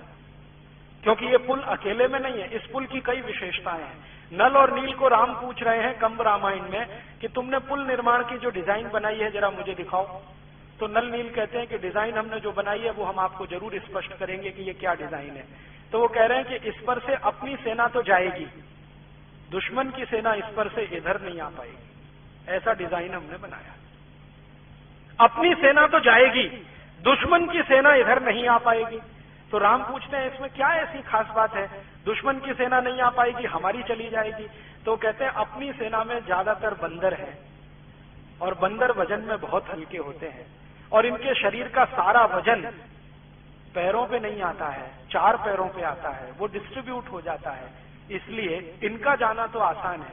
और रावण की सेना में सब 2 पाए हैं, हमारी सेना में सब 4 पाए हैं, तो ये जो 4 पाए हैं इनका चला जाना बहुत आसान है। ये 2 पाए अगर आए तो ये पुल डुबो देगा उनको, ये पक्का है, हमने ऐसी डिजाइन की है। इतना माइक्रो लेवल का कैलकुलेशन करके डिजाइन की है। मैं इंजीनियरिंग का विद्यार्थी हूं इसलिए इस बात को समझ सकता हूं कि 4 पायों का जो वजन होता है वो जब डिस्ट्रीब्यूट होता है और 2 पायों का जो वजन होता है जब डिस्ट्रीब्यूट होता है तो धरती पर भार 2 पाए का ज्यादा होता है, 4 पाए का बहुत कम होता है। और बंदर दुनिया में अद्भुत 4 पाया है जिसका वजन सबसे कम पड़ता है। बंदर के अलावा जितने 4 पाए हैं, जैसे शेर है, चीता है, बब्बर शेर है, भालू है, इनका वजन बहुत बहुत है, कई गुना ज्यादा है। तो आप कहेंगे बंदर का साइज भी तो कम है। बंदर के साइज के जितने 4 पाए हैं उनका भी वजन धरती पे बहुत पड़ता है, बंदर अकेले का नहीं पड़ता। क्यों? क्योंकि वो पूरा पंजा कभी रखता ही नहीं है, उंगलियों की पोरों से जंप लगाता है, कहीं से कूदेगा, उंगलियां टिकाएगा, पूरा पंजा नहीं रखता, ऐसे टिकाएगा फिर तुरंत जंप कर देगा और उसमें लगातार क्षमता है जंप करते रहने की। तो वो कह रहे हैं कि हमारी सेना में तो ये बंदर बानर ज्यादा हैं, आप चिंता मत करो, ये पार जाएंगे, लेकिन उधर से वो आए डूब जाएंगे, ऐसी डिजाइन हमने तैयार की है। फिर पूछ रहे हैं दूसरी विशेषता बताओ इसकी। तो दूसरी विशेषता ये है कि अगर ये पुल बनेगा तो जब तक आप नहीं कहेंगे तब तक ये टूटेगा नहीं। तो कह रहे हैं मेरे कहने से मतलब, उन्होंने कहा आपके जो बाण है ना उनमें एक ही बाण ऐसा है जो इसको तोड़ने की शक्ति रखता, बाकी ये किसी से टूटने वाला नहीं है, वो जब तक आप नहीं चलाएंगे ये टूटने वाला नहीं है। तो पूछ रहे हैं क्यों? तो उन्होंने कहा हमने जो केमिकल लगाया है इसमें वो ये कैलकुलेशन करके लगाया है कि उसका रिएक्शन राम के बाण से ही हो, बाकी किसी बाण से ना हो। तो खोज कर ऐसा केमिकल लाए हैं। और आप जानते हैं कि बाण के सामने जो तीर की नोक होती है उसमें केमिकल लगा के ही चलाए जाते हैं। तो उनको मालूम है नल नील को कि राम के बाण में किस तरह के केमिकल है, तो पुल में कौन से केमिकल इस्तेमाल करने हैं, कौन से नहीं करने हैं, किसको छोड़ देना है, किसको रख लेना है, इस कैलकुलेशन से पुल है। फिर वो कहते हैं कि हाँ हम इस पुल से जाएंगे और वापस जब आएंगे तो ये कितने दिन टिकने वाला है। तो उन्होंने कहा जब तक आप चाहें तब तक। आप अगर चाहेंगे तो हम लौटते ही इसको नाश कर देंगे, आप चाहेंगे तो थोड़े दिन टिकेगा। आप विभीषण को बोल के जाओ और वो बाण इसको दे के जाओ, जब इसको मन आए वो चला दे, वो टूट जाएगा। इस तरह की विशेषताओं वाला पुल बनाकर वो गए हैं लंका में और मारकर रावण को लौटे हैं। लौटने के बाद विभीषण को कई बात कह के जा रहे हैं, उनमें से एक है कि ये तुम्हारी इच्छा है, इसको चाहो तो रखो, चाहो तोड़ देना, बाण मेरा ये है, जब चाहो तो इसको मेरा स्मरण करके छोड़ देना। अब इससे बड़ी महत्व की बात राम जी जो विभीषण को कह रहे हैं, राजा बना दिया उसको गद्दी सौंप दिया, अब विदा ले रहे हैं। तो विभीषण पूछ रहा है कि इसको चलाऊं कैसे राज्य को, ये तो सिखा दो मुझे, ये तो बता दो। तो भगवान राम एक ही बात कहते हैं कि देखो अभी मैंने सत्ता का हस्तांतरण करवाया है, प्रशासन व्यवस्था वही है जो रावण के जमाने की थी, तो जब तक तुम इस पूरी प्रशासनिक व्यवस्था को नहीं बदलोगे तुम्हारे राज्य की किसी समस्या का समाधान नहीं होगा। ट्रांसफर ऑफ पावर हुआ है, रावण की सत्ता विभीषण को मिली है, लेकिन रावण का राज्य वैसे का वैसा ही है। इसके मंत्री, इसके महामंत्री, इसके अमात्य, इसके महाअमात्य, इसके खजांची, इसके अधिकारी, इसकी सेना, इसका सेनापति, ये सब वैसे के वैसे ही हैं। अगर तुम चाहो तो इनको बदलो तो तुम्हारे राज्य की समस्याएं हल होंगी। जो तुमने इन प्रशासनिक व्यवस्थाओं को नहीं बदला तो एक भी समस्या का समाधान नहीं होगा, और मैं ये कह सकता हूं कि समस्याएं बढ़ेंगी। तो वो पूछ रहा है कि ये आप कैसे कह रहे हैं? तो उन्होंने कहा देखो रावण ने अपना राज्य स्थापित किया, उसके आधार पर अधर्म को धर्म बनाया, और जितने अधार्मिक कायदे कानून थे वो सभी धर्म के लवादे में उड़ाकर उसने स्थापित करा दिया। अब यही कायदे कानून अगर चलेंगे तो तुम्हारे पास सत्ता आने का भी लाभ नहीं मिलेगा प्रजा को। तुम मजा कर सकते हो, प्रजा वैसे ही दुखी रहेगी। तुम तय करो तुम्हें प्रजा का राजा होना है या गद्दी का राजा होना है। तो विभीषण कह रहा है कि मैं तो प्रजा का राजा होना चाहता हूं। तो राम उनको कह रहे हैं कि सबसे पहला काम करो कि रावण के बनाए हुए कायदे कानून और नियम सब खत्म करो, जला दो उनको, नए नियम कायदे बनाओ और ऐसे नियम कायदे बनाओ जो सनातन सत्य पर आधारित हों। ऐसा सत्य नहीं जो आज है और कल बदल जाए, ऐसा सत्य जो हजारों साल पहले था हजारों साल रहे। और राम कहते हैं कि किसी भी राज्य की सत्ता का हस्तांतरण मात्र हो और राज्य की व्यवस्था ना बदले तो उस देश की, उस राज्य की कोई समस्या का समाधान नहीं होता। अब भारत की समस्याओं को मैं यहीं देखता हूं। अब श्री राम जी की ही बात करें, 15 अगस्त 1947 को इस भारत में भी सत्ता का ही हस्तांतरण हुआ। इतना ही तो हुआ कि माउंटबेटन के हाथ में से सत्ता हमारे देश के पहले प्रधानमंत्री पंडित जवाहरलाल नेहरू के हाथ में आई। बाकी क्या बदला? अंग्रेजों ने भारत का लूटमार करने के लिए 34,735 कानून बनाए। वो सब के सब भारत की आजादी के बाद भी चल रहे हैं। तो श्री राम जी के शब्दों के अनुसार भारत की किसी समस्या का समाधान नहीं होगा, क्योंकि व्यवस्था वही है जो रावण के समय थी। रावण का समय माने अंग्रेजों का राज्य, वो रावण का ही राज्य था। एक भी कानून नहीं बदला। अंग्रेज माने रावण, रावण माने अंग्रेज। मैं अभी बिल्कुल स्पष्ट कह रहा हूं, रावण और अंग्रेजों में कोई अंतर नहीं था। तो रावणों ने या अंग्रेजों ने जो कानून बनाए, सीआरपीसी, आईपीसी, सीपीसी, वो सबके सब वैसे के वैसे ही। अंग्रेजों ने कानून बनाया इंडियन पुलिस एक्ट, वो वैसे का वैसा ही। अंग्रेजों ने कानून बनाया इंडियन सिविल सर्विसेज एक्ट, वो वैसे का वैसा ही। लैंड रेवेन्यू एक्ट, वो वैसे का वैसा ही। लैंड एक्विजिशन एक्ट, वो वैसे का वैसा ही।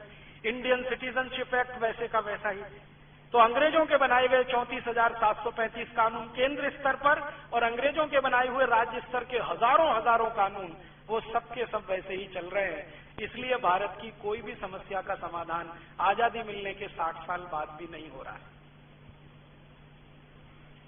गरीबी आजादी के साल में जितनी थी उससे बढ़ी है, कम नहीं हुई। 1947 में हम आजाद हुए तो भारत में 4 करोड़ लोग गरीबी की रेखा के नीचे थे। अब सन 2006 में 40 करोड़ लोग गरीबी की रेखा के नीचे हैं। अब आप कहोगे जी जनसंख्या बढ़ गई। जनसंख्या तो बहुत थोड़ी बढ़ी। 1947 में हम 34 करोड़ थे, अब हम 108 करोड़ हो गए। जनसंख्या 3.5 गुनी बढ़ी है, गरीबी 10 गुनी बढ़ी है। आजादी के साल में हमारे देश में बेरोजगारों की संख्या 2 करोड़ थी, अब 2006 में 20 करोड़ हुई है। तो बेरोजगारी भी बढ़ी है, गरीबी भी बढ़ी है। आजादी के साल में जितना भ्रष्टाचार था उससे हजारों गुना ज्यादा भ्रष्टाचार अभी बढ़ा है, ये हम सब मानते हैं। आजादी के साल में जितनी महंगाई थी उससे हजारों गुनी ज्यादा महंगाई अभी बढ़ी है। आजादी के साल के कुछ आंकड़े बताता हूं। आजादी के साल में 1 रुपए में 50 किलो गेहूं मिलता था। आज 50 किलो गेहूं 300 रुपए में मिलेगा या 350 रुपए में। आजादी के साल में 1 रुपए में 2 किलो शुद्ध गाय का घी मिलता था। आज 2 किलो शुद्ध गाय का घी ढूंढने जाओ तो 700-800 रुपए से नीचे नहीं मिलेगा। मिलावट वाला 400 रुपए में मिल जाएगा। आजादी के साल में किसी के घर में 2-4 रुपया इकट्ठा हो जाए तो सोना खरीद लेते थे। अभी 10 ग्राम सोना खरीदने के लिए कम से कम 10,000 रुपया हो तब कल्पना हो सकती है। आजादी के साल में किसी सरकारी कर्मचारी की पगार 20 रुपए होती थी ना, तो 10-12 रुपए में घर का खर्च चलता था महीने का, 8 रुपए बचा लेता था फिर भी और सुखी रहता था।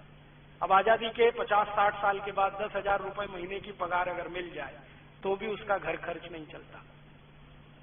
महंगाई बहुत बढ़ी, गरीबी बहुत बढ़ी, बेरोजगारी बहुत बढ़ी, भ्रष्टाचार बहुत बढ़ा। और आजादी के साल में भारत की सरकार बोलती है कि 33% भारत की जमीन का कुल जंगल था। अब आजादी के 60 साल के बाद 70% जमीन पर ही जंगल रह गया। 17%, माने लगभग आधे जंगल खत्म हो गए आजादी के बाद। ये सच्चाई के साथ कि भारत में इंडियन फॉरेस्ट एक्ट है, फिर भी जंगल साफ होते चले जा रहे हैं। फॉरेस्ट डिपार्टमेंट है जिस पर करोड़ों रुपए खर्च होते हैं हर साल पगार के, लेकिन जंगल बढ़ नहीं रहे, कम हो रहे हैं। आजादी के बाद पर्यावरण का प्रदूषण बढ़ा है, आजादी के बाद नदियों के पानी का प्रदूषण बढ़ा है। आजादी के साल में जो गंगा पावनी होती थी, जिसका गंगा जल पीकर आप अमृत मानते थे, आज उस गंगा कई स्थानों पर ऐसी हालत में है कि आप पानी छूने की हिम्मत न करें, नहाना तो दूर की बात। गंगा को इतना मैला कर दिया, जमुना तो इतनी मैली हो गई है कि कीचड़ ही कीचड़ दिखाई देता है, पानी ही नहीं है जमुना में। नदियों का नाश हुआ है, समुद्रों का नाश हुआ है। आजादी के साल में भारत में लगभग 6.5 लाख तालाब और तलैया थे। आज आजादी के 60 साल के बाद उसमें आधे से ज्यादा बंद हो गए हैं, या सरकारों ने उनकी जमीन एक्वायर करके उन पर बिल्डिंगें बना दी, या लैंड माफिया वाले लोगों के हाथ में वो तालाब चले गए। किसी भी शहर में देखो, एक भी समस्या हल नहीं हो रही है, हर समस्या का बढ़ता ही जा रहा है स्वरूप और प्रारूप। तो शायद श्री राम जी जो विभीषण को कह रहे हैं कि देखो, सत्ता हस्तांतरण मात्र से किसी राज्य की समस्या का समाधान नहीं होता, व्यवस्था बदलनी चाहिए, तब राज्य की समस्याएं हल होती हैं। हम भारतवासियों ने श्री राम जी से अगर इतना ही सीख लिया होता कि सत्ता हस्तांतरण ही नहीं है, व्यवस्था भी बदलो, तो शायद भारत की समस्याओं का समाधान 60 साल में हो गया होता। और अब श्री राम जी की कथा पढ़ के बार बार मुझे ये स्पष्ट हो गया है कि भारत की कोई भी समस्या का समाधान करना है तो सत्ता बदलने से नहीं होगा, व्यवस्था बदलने से होगा। हम एक पार्टी को चुनकर लाएं, उसको हटाकर दूसरी को बिठाएं, दूसरी को हटाकर तीसरी को बिठाएं, तीसरी से चौथी को लाएं, कुछ होने वाला नहीं। बड़े बड़े महान लोगों को प्रधानमंत्री बनाएं, कुछ होने वाला नहीं। जब तक व्यवस्था नहीं बदलेगी, कितना ही अच्छा कोई प्रधानमंत्री आप बिठा दो, उसमें से कुछ निकलना नहीं है। क्योंकि ये मैंने नहीं कहा, लाखों साल पहले श्री राम जी बोलकर गए विभीषण को कि देखो यही होता है। तो अब राम राज्य की बात अगर हम करें कि राम का राज्य स्थापित करना है, तो पहला ही सूत्र शुरू होगा कि भारत का व्यवस्था परिवर्तन करना होगा, तब भारत में राम राज्य आएगा। नहीं तो ये रावण राज्य ही चलता जाएगा जो अंग्रेजों ने चलाया था। अब वही काले अंग्रेज चलाएंगे, इतना ही अंतर है। पहले गोरे अंग्रेज चलाते थे, अब काले अंग्रेज, रावण राज्य तो वही चल रहा है। अभी इसके बाद आखिर में मैं श्री राम जी की कथा के एक ऐसे अंश पे आता हूं जो बीच का अंश है, लेकिन मैंने जानबूझ के अंत के लिए रखा उसको। राम जी की कथा में एक स्थान पर ऐसा है कि जब वो वन चले गए और उनके पिताजी का स्वर्गवास हो गया, तो उनके छोटे भाई भरत राम जी के पास आए और उनको कहें कि चलो भाई वापस आपकी गद्दी आप संभालो, पिताजी का स्वर्गवास हो गया है। तो राम और भरत का संवाद है, और मेरा मानना यह है कि भारत की सभी राम कथाओं का सबसे केंद्रीय स्थान अगर कोई है तो राम भरत संवाद है। इसमें आप सब कुछ समझ सकते हैं, पूरी दुनिया, पूरा ब्रह्मांड, पूरी व्यवस्थाएं सब इसी में समाहित है। भरत राम का संवाद अगर रामचरितमानस में पढ़ना हो तो अयोध्या कांड में है, वाल्मीकि रामायण में पढ़ना हो वहां भी है, रघुवंशम जो कालिदास की सबसे सुंदरतम कृति है उसमें एक सर्ग है, 12वें नंबर का सर्ग, उसमें भरत राम संवाद है। और 12वें सर्ग का एक उपसर्ग है जिसको श्री कालिदास ने नाम दिया है कश्चित सर्ग। अद्भुत है, कंबन रामायण में बहुत विस्तार से है, कालिदास का रघुवंशम उसमें बहुत विस्तार से है, रामचरितमानस में थोड़ा संक्षेप में है, वाल्मीकि रामायण में भी थोड़ा विस्तार है। ये जो सर्ग है अद्भुत है। मैं मानता हूं रामकथा का इससे अच्छा कोई दूसरा वो नहीं है, हिस्सा नहीं है। इसमें राम को जब मिलने के लिए भरत आते हैं और बताते हैं पिताजी की मृत्यु हो गई है और राज्य को अब चलाना मेरे लिए तो मुश्किल है, आपको वापस चलना पड़ेगा। तो राम जी उनसे कई प्रश्न पूछ रहे हैं और वो सारे प्रश्न हमें बताते हैं कि राम राज्य कैसा होता है। और महात्मा गांधी ने इसी राम राज्य की बात कही, राम राज्य है क्या। तो भरत आए, कुशल क्षेम पूछा, गले मिलकर रोए, वगैरह वगैरह सब हो गया। फिर शांति के साथ बैठे हैं भरत, और राम जी का पहला प्रश्न जो भरत को है वो ये कि भरत, तुम जिस राज्य से आए हो, अयोध्या का राज्य, तुम कहते हो वो राम का राज्य है, माने मेरा राज्य है, अर्थात राम राज्य है। तो मैं तुमसे पूछता हूं कि इस राज्य को चलाने के लिए तुम्हारी जो नीति, नियम, कायदे, कानून है, उनके बारे में कुछ प्रश्न करता हूं। तुम उनका उत्तर अगर हाँ में देते हो तो मैं मानूंगा कि वो राम राज्य है, और ना में दे रहे हो तो मैं नहीं मानता कि वो राम राज्य है। तो भरत कह रहे हैं आप प्रश्न पूछिए, जितनी मेरी हैसियत है क्षमता है मैं दूंगा। तो पहला ही प्रश्न श्री राम जी पूछ रहे हैं भरत से। वो पूछ रहे हैं कि क्या तुम अपने राज्य के आचार्यों का, वैद्यों का, गुरुओं का, पुरोहितों का और अग्रजों का ऐसा ही सम्मान करते हो जैसा मैं करता था? पहला ही प्रश्न है, क्या तुम अपने राज्य के आचार्यों का, गुरुओं का, अग्रजों का, पुरोहितों का वैसा ही सम्मान करते हो जैसे मैं करता था?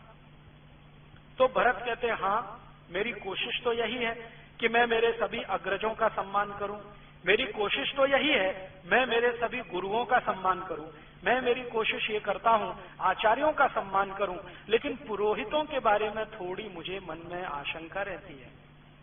राम पूछते क्यों, इसमें आशंका क्या है? तो वो कह रहे हैं कि पुरोहित तो कर्मकांडी कराते हैं ना। तो राम कहते हैं तो तुमने क्या मान लिया, वो गुरुओं के नीचे है क्या, आचार्यों से कम है क्या? तो कह रहे हैं कि मेरे मन में कभी कभी ऐसा प्रश्न आता है कि पुरोहितों को इतना ही सम्मान क्यों देना जितना आचार्यों को, जितना गुरुओं को, जितना उसको, क्योंकि हम मानते हैं कि भगवान तो घट घट में है, ईश्वर तो हर कण में व्याप्त है। पुरोहित हमको कर्म कांड की तरफ लेके जाते हैं, तरीके बताते हैं पूजा के, जबकि ईश्वर तो कण कण में है, घट घट में है, भावना से ईश्वर है। पुरोहिताई में क्या है?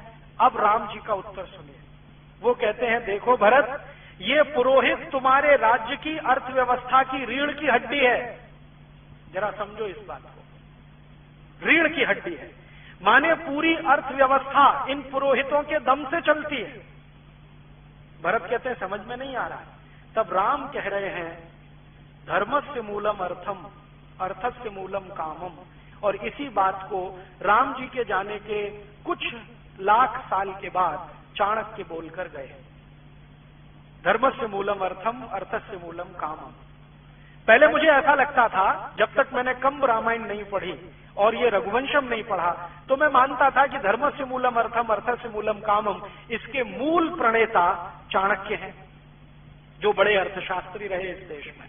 लेकिन अब पता चला है कि चाणक्य से लाखों साल पहले रामचंद्र जी ये कह रहे हैं भरत को, धर्मस्य मूलम अर्थम। वो कहते हैं कि देखो, धर्म के मूल में अर्थ है। अगर तुम्हारी अर्थव्यवस्था मजबूत है तो धर्म मजबूत होगा, और अर्थव्यवस्था को मजबूत करने में पुरोहितों का सबसे बड़ा योगदान है। तो फिर भी भरत को समझ में नहीं आ रहा है। तो रामचंद्र जी और उदाहरण देके कहते हैं कि देखो पुरोहित क्या करता है। पुरोहित पूजा करवाता है, तो पूजा करवाता है तो पूजा करवाता है, वो तो किसी कथा की, सत्यनारायण की, या जो भी करवाता है, लेकिन एक लिस्ट बनवाता है कि 10 घड़े ले आना, एकदम कोरे होने चाहिए, 20 मीटर कपड़ा ले आना, एकदम नया होना चाहिए, इतनी चूड़ियां ले आना, बिना पहनी हुई होनी चाहिए, 10 किलो घी ले आना, ये सामग्री ले आना, ये लकड़ियां ले आना, ये बांस मंगा लेना, ये ऐसा कर लेना, वैसा। मैंने एक बार वो लिस्ट देखी तो कम से कम 108 चीजें रहती हैं उसमें। सिंदूर ले आना, गुड़ ले आना, कलावा ले आना, ये कर लेना, वो कर लेना। तो राम समझा रहे हैं कि देखो, जो आदमी पूजा तो भगवान की कराएगा, वो तो भावना से भी हो सकती है, लेकिन जानबूझकर वो इतनी चीजें मंगाएगा क्योंकि कारीगर जो इन चीजों को बना रहे हैं वो बिकना भी तो चाहिए। उस दिन मेरे समझ में आया श्री राम जी की परिभाषा कि पुरोहित मार्केटिंग मैनेजर होते हैं। अब समझ में आया, इनसे बड़ा मार्केटिंग मैनेजर कौन होगा। अब देखो, वो कह रहे हैं घड़े ले आना, कोरे लाना, तो कुम्हार का काम बढ़ा के नहीं, घड़े बिके उसके। फिर घड़े पे ढकने के लिए ढक्कन और ले आना, तो कुम्हार का काम और बढ़ा, बिक्री हुई। फिर कहते हैं सकोरे ले आना, कुल्लड़ ले आना, तो उसमें प्रसाद रखेंगे, तो ऐसे करेंगे तो मिट्टी में पवित्रता होती है। पवित्रता तो सभी चीजों में होती है, लेकिन मिट्टी के ये नए नए बर्तन अगर कोई पूजा में लाएगा और ऐसी रोज सैकड़ों पूजाएं होती जाएंगी, तो कुम्हारों का काम जिंदगी भर चलता रहेगा। तो कारीगरों को जिंदा रखना है तो वो पुरोहित ही है। वो नए नए कपड़े मंगाते हैं तो जुलाहों का काम चलेगा, बुनकरों का काम चलेगा, धुनकरों का काम चलेगा। वो नए नए कुछ मान लीजिए बांस मंगवा लीजिए तो बांस के कारीगरों का काम चलेगा। यज्ञ कराना है तो घी डलवा रहे हैं तो घी बनाने वाले बाल गोपालों का काम चलेगा, ग्वालों का काम चलेगा, उनकी गाय की संख्या बढ़ेगी क्योंकि घी बिकेगा। और घी को जला के फूंक देना है ताकि नया घी हमेशा बनता रहेगा। ये तो बहुत दूर की कोई बात है। तो राम जब इसको बहुत विस्तार से समझाते हैं तब भरत कहते हैं क्षमा करना भाई, मुझे ये समझ में नहीं आता था, अब पता चल गया है कि पुरोहित राज्य व्यवस्था के अर्थ को संभालते हैं, इसलिए वो भी आचार्य और गुरु के समकक्ष है। तो राम कहते हैं कि देखो कभी कभी ऐसा हो जाए कि गुरुओं का सम्मान कुछ कम हो, आचार्यों का कम हो या किसी का, लेकिन पुरोहितों का कम नहीं होने देना कभी, क्योंकि ये है तो राज्य की अर्थव्यवस्था है। अर्थव्यवस्था मजबूत है तो धर्म टिकाओगे, धर्म टिकेगा तो राज्य आगे बढ़ेगा। हमारी आंखें खोलने वाला है ये कॉन्सेप्ट। आज तक हमारे देश में पुरोहितों को गाली देने का काम हमारे आधुनिक पढ़े लिखे लोगों ने बहुत किया है कि ये पोंगापंथी हैं, ढपोर शंखी हैं, ऐसे शंख बजा देते हैं, वैसे घंटा बजा देते हैं। ये हमको इतना ही दिखाई देता है, इसके आगे का कुछ दिखाई नहीं देता कि वो कितनी बड़ी इकोनॉमी चला देते हैं। और राम आगे का प्रश्न पूछ रहे हैं कि जिन पुरोहितों का तुम सम्मान करो, ध्यान ये रखना कि वो पैसे के लिए कुछ ना करते हो। माने राइडर लगा दिया उन्होंने। एक पुरोहित ऐसे हैं जो पैसा लेके पूजा कराते हैं। राम कह रहे हैं अगर ऐसे पुरोहित हैं तो उनका सम्मान करने की जरूरत नहीं है, क्योंकि जो ज्यादा पैसा देगा उसी का माल बिकवाएंगे फिर तो। इसलिए पुरोहित उन्हीं का सम्मान करना है जो पैसा खुद न लेते हो और कारीगरों का माल बिकवाने में मदद करते हो। तो बिना पैसे लिए जो पूजा कराए वो पुरोहित है, पैसे लेकर जो कराए राम उसको अच्छा नहीं मानते। तो अगला ही प्रश्न वो कहते हैं कि क्या तुम्हारे राज्य के पुरोहित पैसा लेके पूजा कराते हैं? अगर कराते हैं तो उनको किनारे रखो। तो भरत कह रहे हैं कि हाँ, मैं अभी लौटकर ऐसी ही व्यवस्था करूंगा कि वो बिना पैसे के पूजा कराए। तो राम कहते हैं कि पुरोहित को तो, अब वो पुरोहित के लिए कह रहे हैं, पुरोहित को तो जिस घर में पूजा करानी है वहां का पानी भी ग्रहण नहीं करना चाहिए, क्योंकि जो बड़ा काम वो करने जा रहा है अगर उस घर का पानी ही पीने लगे, खाना ही खाने लगे तो लालच भाव आएगा और वो अपनी पुरोहिताई से च्युत हो जाएगा। अब जरा इसको समझें थोड़े विस्तार में कि पुरोहित अगर पूजा करवाने वाले के घर खाना ना खाए, पानी ना पिए, अंग्रेजों ने इसी को प्रचार किया कि ये छुआछूत मचाते हैं, पानी भी नहीं पीते उसके घर का। मूर्ख अंग्रेजों को पता नहीं था कि वो श्री राम की कही हुई बात का पालन करते हैं, जिसके घर पूजा करानी उसके घर पानी भी नहीं पीना, पानी कहीं और जाके पीना। अंग्रेजों ने इसको छुआछूत से जोड़ दिया और हिंदुस्तान के कुछ मूर्ख इतिहासकारों ने उस पर पुस्तकों की पुस्तकें लिख डाली कि ये तो छुआछूत मचाते हैं, ये तो गरीबों के घर का पानी नहीं पीते, ये तो नीची जाति और ऊंची जाति करते रहते। वो नीची ऊंची जाति का प्रश्न नहीं था, जिनके घर पूजा करानी है वो कोई भी जाति का हो, कोई भी संप्रदाय का हो, वहां पानी नहीं पीना है, भोजन ग्रहण नहीं करना है, दक्षिणा नहीं लेनी है, प्रसाद नहीं लेना है, ये श्री राम बोलकर गए, तो उनका पालन करते हैं। फिर आगे का प्रश्न वो पूछते हैं, भरत तुम सुबह ब्रह्म मुहूर्त में उठते हो? कहते हाँ उठता हूं। फिर वही काम करते हो जो मैं करता था? प्रजा के बीच में जाते हो, वहां जाके उनका दुख दर्द सुनते हो, उनका हालचाल लेके आते हो, लौट कर आकर अपने मंत्रिमंडल की मीटिंग बुला के उसमें बहस करते हो कि नहीं करते हो? तो भरत कहते हैं कि हाँ मैं नियमित रूप से करता हूं, लेकिन कोई कोई दिन प्रमाद आ जाता है और मैं सुबह नहीं उठ पाता हूं, क्योंकि मेरे पुराने कुछ संस्कार हैं जो नाना के यहां से आए हैं, तो उनके चलते कभी कभी होता है। तो राम कहते हैं कि ऐसे राजा को प्रमाद करना ठीक नहीं है। अब तुम राजा हो, सुबह ब्रह्म मुहूर्त में उठना और बिना किसी कॉमा फुल स्टॉप के अवरोध के राजा को प्रजा के बीच में जाना, दुख दर्द सुनना। तो वो कहते हैं कि तब तुम राम राज्य के अधिकारी हो। तो राम राज्य की परिभाषा है कि राजा हमेशा प्रजा के बीच में सुबह सुबह जाए। भारत का कौन सा प्रधानमंत्री जाता है कोई जो रोज प्रजा के बीच में जाए और उनका दुख दर्द सुन के आए? गलती से कभी हेलीकॉप्टर में बैठ के आ जाता है बाढ़ राहत का काम देखने के लिए, जो दिखाई नहीं देगा इतनी ऊंचाई से। हाँ, अभी मैंने सुना कि राजस्थान में 100 साल का रिकॉर्ड टूटा है बाढ़ का। तो यहाँ के जो राजा है ना, मुख्यमंत्री कहना चाहिए राजा, वो हेलीकॉप्टर में बैठ के ऐसे ऐसे स्थानों पर गए जहां बाढ़ ही नहीं आई थी। तो पत्रकार को पूछा गया, भाई तुम भी तो बैठे थे मुख्यमंत्री के साथ? तो उसने कहा बैठा तो था, तो तुमने क्यों नहीं बताया? तो उन्होंने कहा जो बताने के लिए कहा गया उतना ही बताया।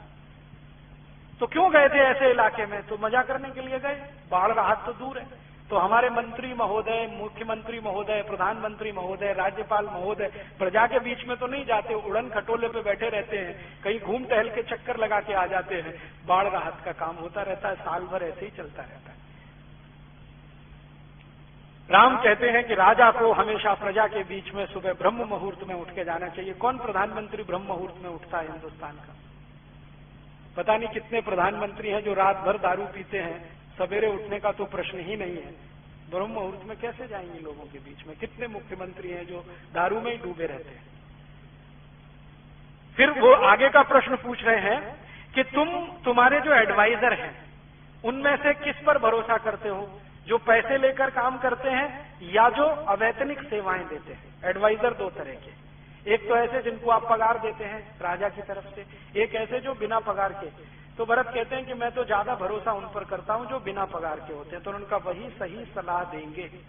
जो तुमसे धन लेंगे, संपत्ति लेंगे, वो तुम्हारा मूड देखेंगे, तुम क्या चाहते हो वही बोलेंगे। तो आजकल तो हमारे देश में कोई प्रधानमंत्री अवैतनिक सलाहकार रखता नहीं है, सब वैतनिक सलाहकार हैं। मंत्रियों की सुविधाएं सभी सलाहकारों को हैं, तो प्रधानमंत्री को वो ऐसी ही सलाह देते हैं जो प्रधानमंत्री चाहते हैं, वैसे ही देश चलता रहता है।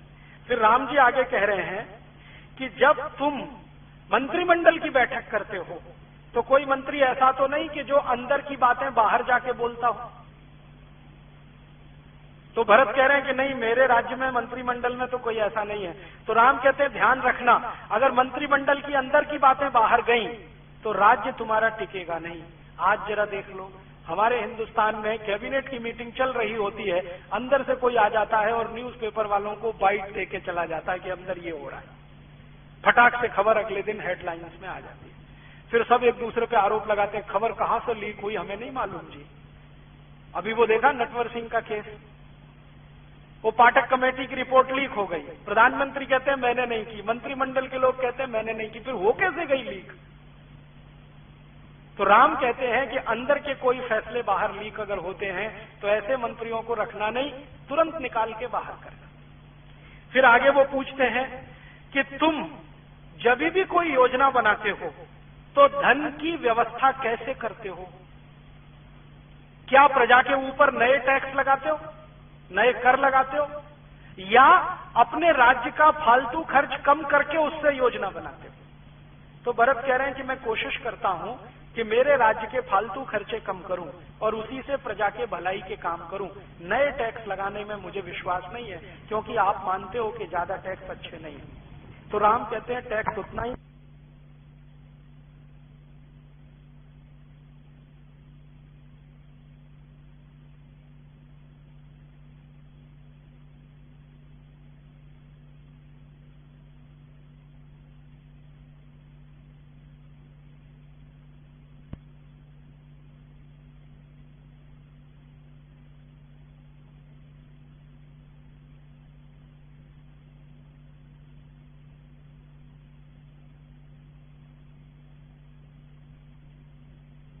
की सरकार 12-13 टैक्स लेती थी।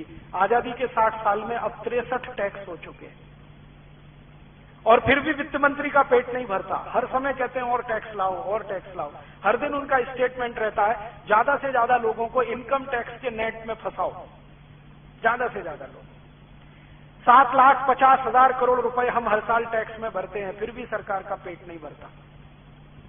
राम जी कहते हैं कि फालतू खर्चे कम करो, उससे प्रजा का विकास करो।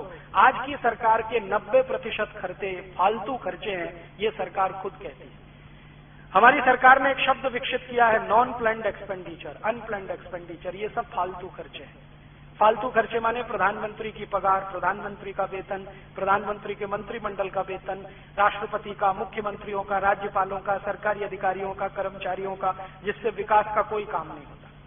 ये है अनप्लान्ड एक्सपेंडिचर। हमारी सरकार के कुल खर्चे का 90% यही खर्चा है, मात्र 10% प्लान्ड एक्सपेंडिचर है। राम जी इसको उल्टा कह रहे हैं। वो भरत को कह रहे हैं कि 10% खर्चा तो तुम्हारा अपना होना चाहिए सरकार का, 90% प्रजा के ऊपर खर्च होना चाहिए। अब श्री राम जी की कल्पना में मैं बजट बना रहा हूं, राम राज्य का बजट, और अगले साल आपको उस पर बात करूंगा कैसा बजट होना चाहिए, जिसमें 10% खर्चा फालतू का हो, सरकार पर हो, 90% खर्चा विकास का हो, तो बजट कैसा होना चाहिए? और वो कह रहे हैं तो बजट तो होता ही होगा, ऐसा तो नहीं है कि उनके राज्य में बजट नहीं होता होगा। तब समझ में आएगा कि राम राज्य का बजट कैसा होता है। फिर वो कहते हैं कि तुम्हारी जो सुरक्षा व्यवस्था का खर्च है वो तुम्हारे कुल खर्चे से 15% के ज्यादा नहीं होना चाहिए, अधिक से अधिक जब इमरजेंसी हो, और कम से कम 5% रहना चाहिए। फिर वो आगे कह रहे हैं कि तुम तुम्हारे राज्य के अधिकारी और मंत्रियों में क्वालिटी देखते हो या चापलूसी, गुण देखते हो या उनकी चापलूसी? वो तुम्हारे आगे पीछे हाँ जी हाँ जी हाँ जी हाँ जी करते घूमते रहे, ऐसे लोगों को मंत्री बनाते हो? या जो तुम्हारी गलत को गलत कहे, सही को सही कहे और तुम्हें सही राय दे, ऐसे लोगों को मंत्री बनाते हो? तो भरत कहते हैं हाँ, मैं कोशिश तो करता हूं, बिना चापलूसी करने वालों को ही मंत्री बनाऊं। फिर वो आगे पूछ रहे हैं तुम्हारे राज्य में भ्रष्टाचार कितना है? तो भरत कह रहे हैं मेरे राज्य का कुल खर्चा, उसका मुश्किल से 1% या उससे कम भ्रष्टाचार है। तो राम कहते हैं ये 3% के ऊपर नहीं जाना चाहिए कभी भी। अगर गया तो राज्य व्यवस्था पूरी बदलनी पड़ेगी। करप्शन है लेकिन 3% के ऊपर नहीं, कंट्रोल रहना चाहिए। आज हमारे देश में कुल खर्चे का 70% करप्शन है आज की तारीख। फिर राम जी पूछ रहे हैं कि तुम्हारे राज्य में जो लोग चोरी करते हैं, अपराध करते हैं, बेईमानी करते हैं, उनको दंड देते हो कि नहीं?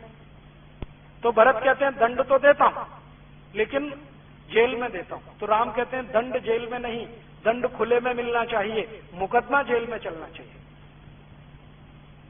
वो कह रहे हैं कि जिसको भी दंड दो खुले में दो, ताकि प्रजा को मालूम हो कि इस बेईमानी का, इस चोरी का ये दंड है। दंड खुले में दो, मुकदमा जेल में चलाओ। अभी यहां क्या होता है? दंड जेल में होता है, मुकदमा खुले में चलता है। माने राम राज्य का बिल्कुल उल्टा है, रावण राज्य का हिसाब है। फिर राम पूछ रहे हैं कि तुम प्रजा से सुझाव मांगते हो अपने बारे में, अपने राज्य की नीतियों के बारे में, प्रजा क्या कहती है? तो वो कहते हैं हाँ, नियमित रूप से सुझाव लेता हूं। तो राम कहते हैं ठीक है। फिर वो पूछ रहे हैं कि तुम्हारे मंत्रियों का ज्यादा समय प्रमाद में, मनोरंजन में और मौज मजे में तो नहीं बीतता? तो राम को भरत कह रहे नहीं बीतता, मेरे सब मंत्री मेहनत से काम करते हैं, कोई मनोरंजन नहीं करता, कोई मौज मजा नहीं लेता। तो उन्होंने कहा ये आपके लिए नहीं है मजा और मनोरंजन, प्रजा के लिए है, राजा को नहीं करना। फिर वो आज हमारे यहाँ क्या होता है, प्रधानमंत्री महीने महीने भर की छुट्टी पे चले गए साहब, यूरोप के प्रवास पे, राष्ट्रपति चले गए, मुख्यमंत्री चले गए, राज्यपाल चले गए। राम जी बोलकर गए कि राजा नहीं कर सकता ये काम, प्रजा करे तो ठीक है, राजा तो कर ही नहीं सकता, सोच भी नहीं सकता। फिर वो आगे प्रश्न पूछ रहे हैं कि क्या तुम्हारी सेना तुम्हारे पूरे अधिकार में है? हाँ। क्या तुम्हारी सेना तुम्हारे सब आदेशों को मानती है? हाँ। क्या सेना में तुम्हारे यहां कोई विद्रोह तो नहीं है? नहीं है। तो फिर तुम निश्चिंत हो सकते हो। फिर वो कहते हैं कि सेना में जो सैनिक वीरता दिखाते हैं उनको तुम पुरस्कृत करते हो कि नहीं? हाँ करता हूं। तो ये दूसरों के लिए अच्छा है। फिर वो पूछ रहे हैं कि तुम जब कोई फैसला लेते हो तो तुम्हारे सब मंत्री एक मत होते हैं कि नहीं, आम राय होती है कि नहीं? तो भरत कह रहा है कि नहीं, कभी कभी ऐसा भी होता है कि 50 मंत्री एक तरफ होते हैं, 51 एक तरफ होते हैं, या 49 एक तरफ, 51 एक तरफ, तो मैं 51 वालों की बात मान लेता हूं। तो राम कहते हैं ये अच्छा नहीं है, सबको एक राय होना चाहिए, तभी तुम्हारा राज्य ज्यादा दिन टिकेगा। माने 49-51 का राम जी ने रिजेक्ट किया है फॉर्मूला, और हमारी संसद इसी पे चल रही है। जो 51 कह दे वो कानून, जो 49 ना कहे वो कानून नहीं, चाहे वो कितना ही सत्य हो। अभी संसद में ज्यादा सांसदों ने कहा वेतन भत्ते बढ़ाओ, तो बढ़ा दिया 15 मिनट में। कुछ माइनॉरिटी में थे जिन्होंने मना किया, उनकी किसी ने सुना नहीं। राम जी कहते हैं ये मेजॉरिटी माइनॉरिटी नहीं, एक राय होनी चाहिए, आम राय होनी चाहिए, और जब तक आम राय नहीं बने तब तक फैसला मत करो। बार बार बैठो, बार बार बैठो, बार बार बैठो। हमारे यहां डेमोक्रेसी के सारे प्रिंसिपल तो श्री राम जी तय करके चले गए। अब ये हमारा दुर्भाग्य है कि हमने उनको देखा नहीं। रघुवंशम में पूरे सारे प्रिंसिपल हैं। हमारी सरकार ने अंग्रेजों की नकल करके पार्लियामेंट्री डेमोक्रेसी लाया। जो श्री राम जी के राम राज्य की डेमोक्रेसी ले आई होती तो सभी शहीदों की आत्मा को श्रद्धांजलि हो गई होती। फिर ऐसे ऐसे उन्होंने बहुत अच्छे प्रश्न किए, और ये सारे प्रश्न इतने अद्भुत हैं कि एक एक प्रश्न पर मैं आपसे आधा घंटे 1 घंटे बात कर सकता हूं अगर विस्तार से, लेकिन मैं आपके सिर्फ ध्यान में लाना चाहता हूं कि श्री राम के राज्य की व्यवस्था कैसी है, राम राज्य कैसा है। और राम राज्य कोई कपोल कल्पना नहीं है, ठोस धरातल पर खड़ी हुई एक अवधारणा है जिसमें गणतंत्र है, प्रजातंत्र है। और राम जी ये सब प्रश्नों का उत्तर जब ले लेते हैं भरत से, फिर कहते हैं कि अगर तुम ये सब कर ही रहे हो तो राम राज्य ही चला रहे हो, इसलिए मेरे आने की जरूरत नहीं है, तुम जाओ। मेरी जरूरत तब पड़ेगी जब तुम रास्ते से भटक जाओ। तब वो कहते हैं कि कम से कम आपकी खड़ाऊं तो दे दो, वो ही ले जाता हूं। तो ठीक है, ले जाओ, लेकिन विचार ये है इसके हिसाब से राज्य चलाओ, इससे अलग मत जाओ। तो गांधी जी बार बार जो राम राज्य की कल्पना कर रहे हैं वो यही कल्पना है। और मैंने कोशिश किया है कि ये राम राज्य की कल्पना जो छुपी पड़ी, क्योंकि इस पर बात नहीं हुई है, चर्चा नहीं हुई है, मैंने तो जितने रामकथा कहने और कहलवाने वाले लोग हैं सबसे बात की, किसी ने मुझे संतुष्ट नहीं किया, हर जगह निराशा मिली। वो राम के दूसरे दूसरे रूपों की बहुत चर्चा करते हैं। राम बड़े कोमल हैं, राम बड़े दयालु हैं, उनकी आंखें बहुत सुंदर हैं, उनके हाथ बहुत सुंदर हैं और अजान बाहु हैं, और इन वर्णों में वो घंटों घंटों निकाल सकते हैं, आपको रुला सकते हैं, हाँ आपके साथ वो भी रो सकते हैं, लेकिन राम की जिंदगी का जो असली कर्म है उस पर बात ही नहीं करते, बात ही नहीं करते। कई रामकथा सुनाने वालों के यहां मैं चुपचाप जाके बैठा हूं कि अब कहेंगे, अब कहेंगे, अब कहेंगे, अब कहेंगे, लेकिन बात ही नहीं आती। भरत राम संवाद की भी बात आती है तो राम ने गले से लगा लिया, भाव विहल हो गए, आंसू बहने लगे, भरत के भी आंसू बहने लगे, लेकिन ये जो मूल बात कर रहे हैं ये सब गोल कर जाते हैं। शायद उनके मन में इसको कहने की नैतिकता नहीं हो या हिम्मत नहीं हो, क्योंकि आदमी दूसरे को कहता है उससे ज्यादा अपने को कहता है।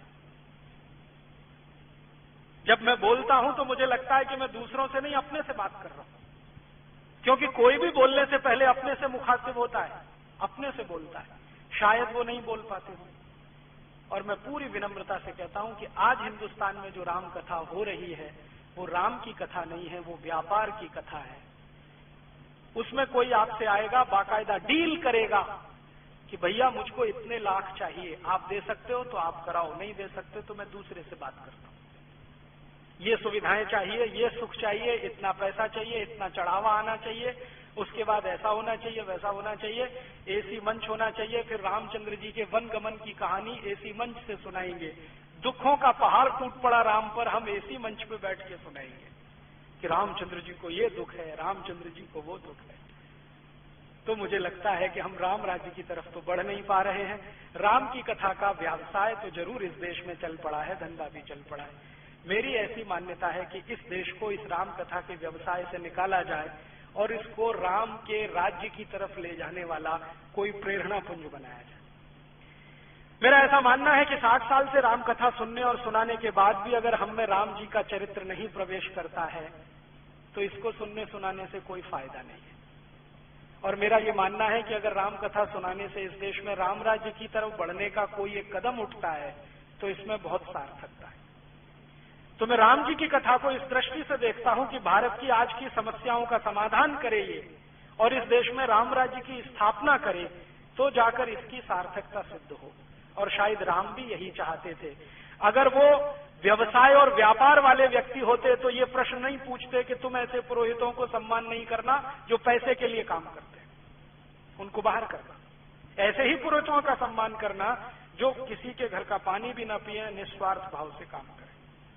राम आदर्श बने हैं, मर्यादा पुरुषोत्तम बने हैं तब जब उन्होंने महल छोड़ा है, सुख छोड़े हैं और अपनी सुविधाएं छोड़ी हैं, साधारण व्यक्ति के कष्टों को रहकर, जीकर अनुभव किया है और उनके बीच में से ऐसे ऐसे लोगों को तपस्वी बनाकर खड़ा किया है जिन्होंने चक्रवर्तित्व पद संभाला है, तब वो मर्यादा पुरुषोत्तम बने। जब तक उनका महलों का जीवन है कोई उनको मर्यादा पुरुषोत्तम नहीं कहता। महल छोड़कर वन में चले गए हैं और आदर्श की स्थापना करने में लगे हुए हैं, तब वो मर्यादा पुरुषोत्तम बने हैं। तो हम मर्यादा पुरुषोत्तम राम की बात करें, उनके राम राज्य की बात करें और कुछ कोशिश करें, कम से कम सपना तो देखें कि इस देश में राम राज्य लाना है जो हमारे शहीदों का अधूरा है। गांधी जी तो कहते थे कि आजादी के बाद कुछ करना है तो राम राज्य ही लाना है। तो मैं मानता हूं कि हम सब मिलकर अगर इस राम राज्य को लाने में थोड़ा भी लग जाएं, तो कोई मुश्किल नहीं है कि अगले 3, 4, 5 वर्षों में ये राम राज्य नहीं आ जाएगा। और इस देश के हर नेता से, प्रधानमंत्री से, मुख्यमंत्री से, राज्यपाल से एक ही प्रश्न पूछे, तुम राम राज्य के लिए कर क्या रहे हो? राम जी कहते हैं कि 10% खर्चा फालतू, 90% विकास का तुम कर रहे हो। नहीं कर रहे हो तो छोड़ दो कुर्सी, हम किसी ऐसे को लाएंगे जो राम राज्य स्थापित करने में मदद करेंगे। तो मैं मानता हूं कि इसको एक अभियान के रूप में चलाना है। हम लोग कोशिश कर रहे हैं एक स्वदेशी अभियान इस देश में चलाने की, लेकिन एक अभियान ऐसा भी चले जो राम राज्य की स्थापना इस देश में कराए। ऐसी भावना के साथ आपको सबको धन्यवाद देता हूं। राम जी की आखिरी बात कहते हुए खत्म करता हूं, जो कभी भूलिए मत। जब विभीषण को राम जी राजा बना रहे हैं और सोने की लंका विभीषण को सौंप कर जा रहे हैं, तो विभीषण उनको कहते हैं कि आप यहीं रह सकते हैं, मैं आपके नीचे काम कर सकता हूं, कोई मुझे तकलीफ नहीं है, आप सम्राट रहें, राजा रहें, मैं आपके नीचे रहूं। तब राम जी कहते हैं, जननी जन्मभूमिश्च स्वर्गादपि गरीयसे, कि मेरी जो मातृभूमि है वो स्वर्ग से भी महान है, इसलिए मुझे लौटना तो मातृभूमि में है। तुम्हारी ये सोने की लंका तुमको मुबारक है, मेरे लिए तो ये मिट्टी के समान है, मेरी तो मातृभूमि स्वर्ग से भी महान है। ये बात हम कभी न भूलें। श्री राम जी की ये बात हमारे हृदय में रहे कि हमारी मातृभूमि स्वर्ग से भी महान है। अमेरिका, यूरोप, चाहे जितनी बड़ी सोने की लंकाएं हों, वो हमारे लिए मिट्टी की धूल के बराबर हैं। अगर ये बात हमको समझ में आ जाए श्री राम जी की, तो हिंदुस्तान से गए हुए 2 करोड़ एनआरआई एक क्षण में अमेरिका, यूरोप छोड़ देंगे और उनकी बुद्धि और पैसे का सारा उपयोग इस देश के विकास के लिए हो जाएगा और ये देश सच में सोने की चिड़िया बन जाएगा। ऐसी भावना के साथ आप सबको प्रणाम करता हूं और श्री राम आपको ऐसी प्रेरणा दें कि हम सब मिलकर उनके राज्य की स्थापना करने में लग जाएं। भावना के साथ आप सबका आभार, बहुत धन्यवाद। कल शाम को इसी स्थान पर 7 बजे मैं एक व्याख्यान और देने वाला हूं, भारत और यूरोप, भारत की सभ्यता, यूरोप की सभ्यता, भारत की संस्कृति, यूरोप की संस्कृति, दोनों में क्या अंतर है, दोनों की भिन्नताएं क्या हैं। हम उनकी नकल नहीं कर सकते, वो हमारी नकल नहीं कर सकते, करेंगे तो दोनों डूब जाएंगे। इसलिए हर देश की सभ्यता और संस्कृति विशिष्ट होती है।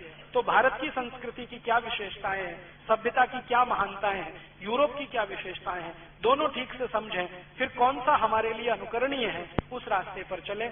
क्योंकि आज पढ़े लिखे लोगों ने अंधभक्ति दिखाना शुरू किया है अमेरिका और यूरोप का, बिना सोचे सोचे उनकी सभ्यता के गुण गाना शुरू किया है।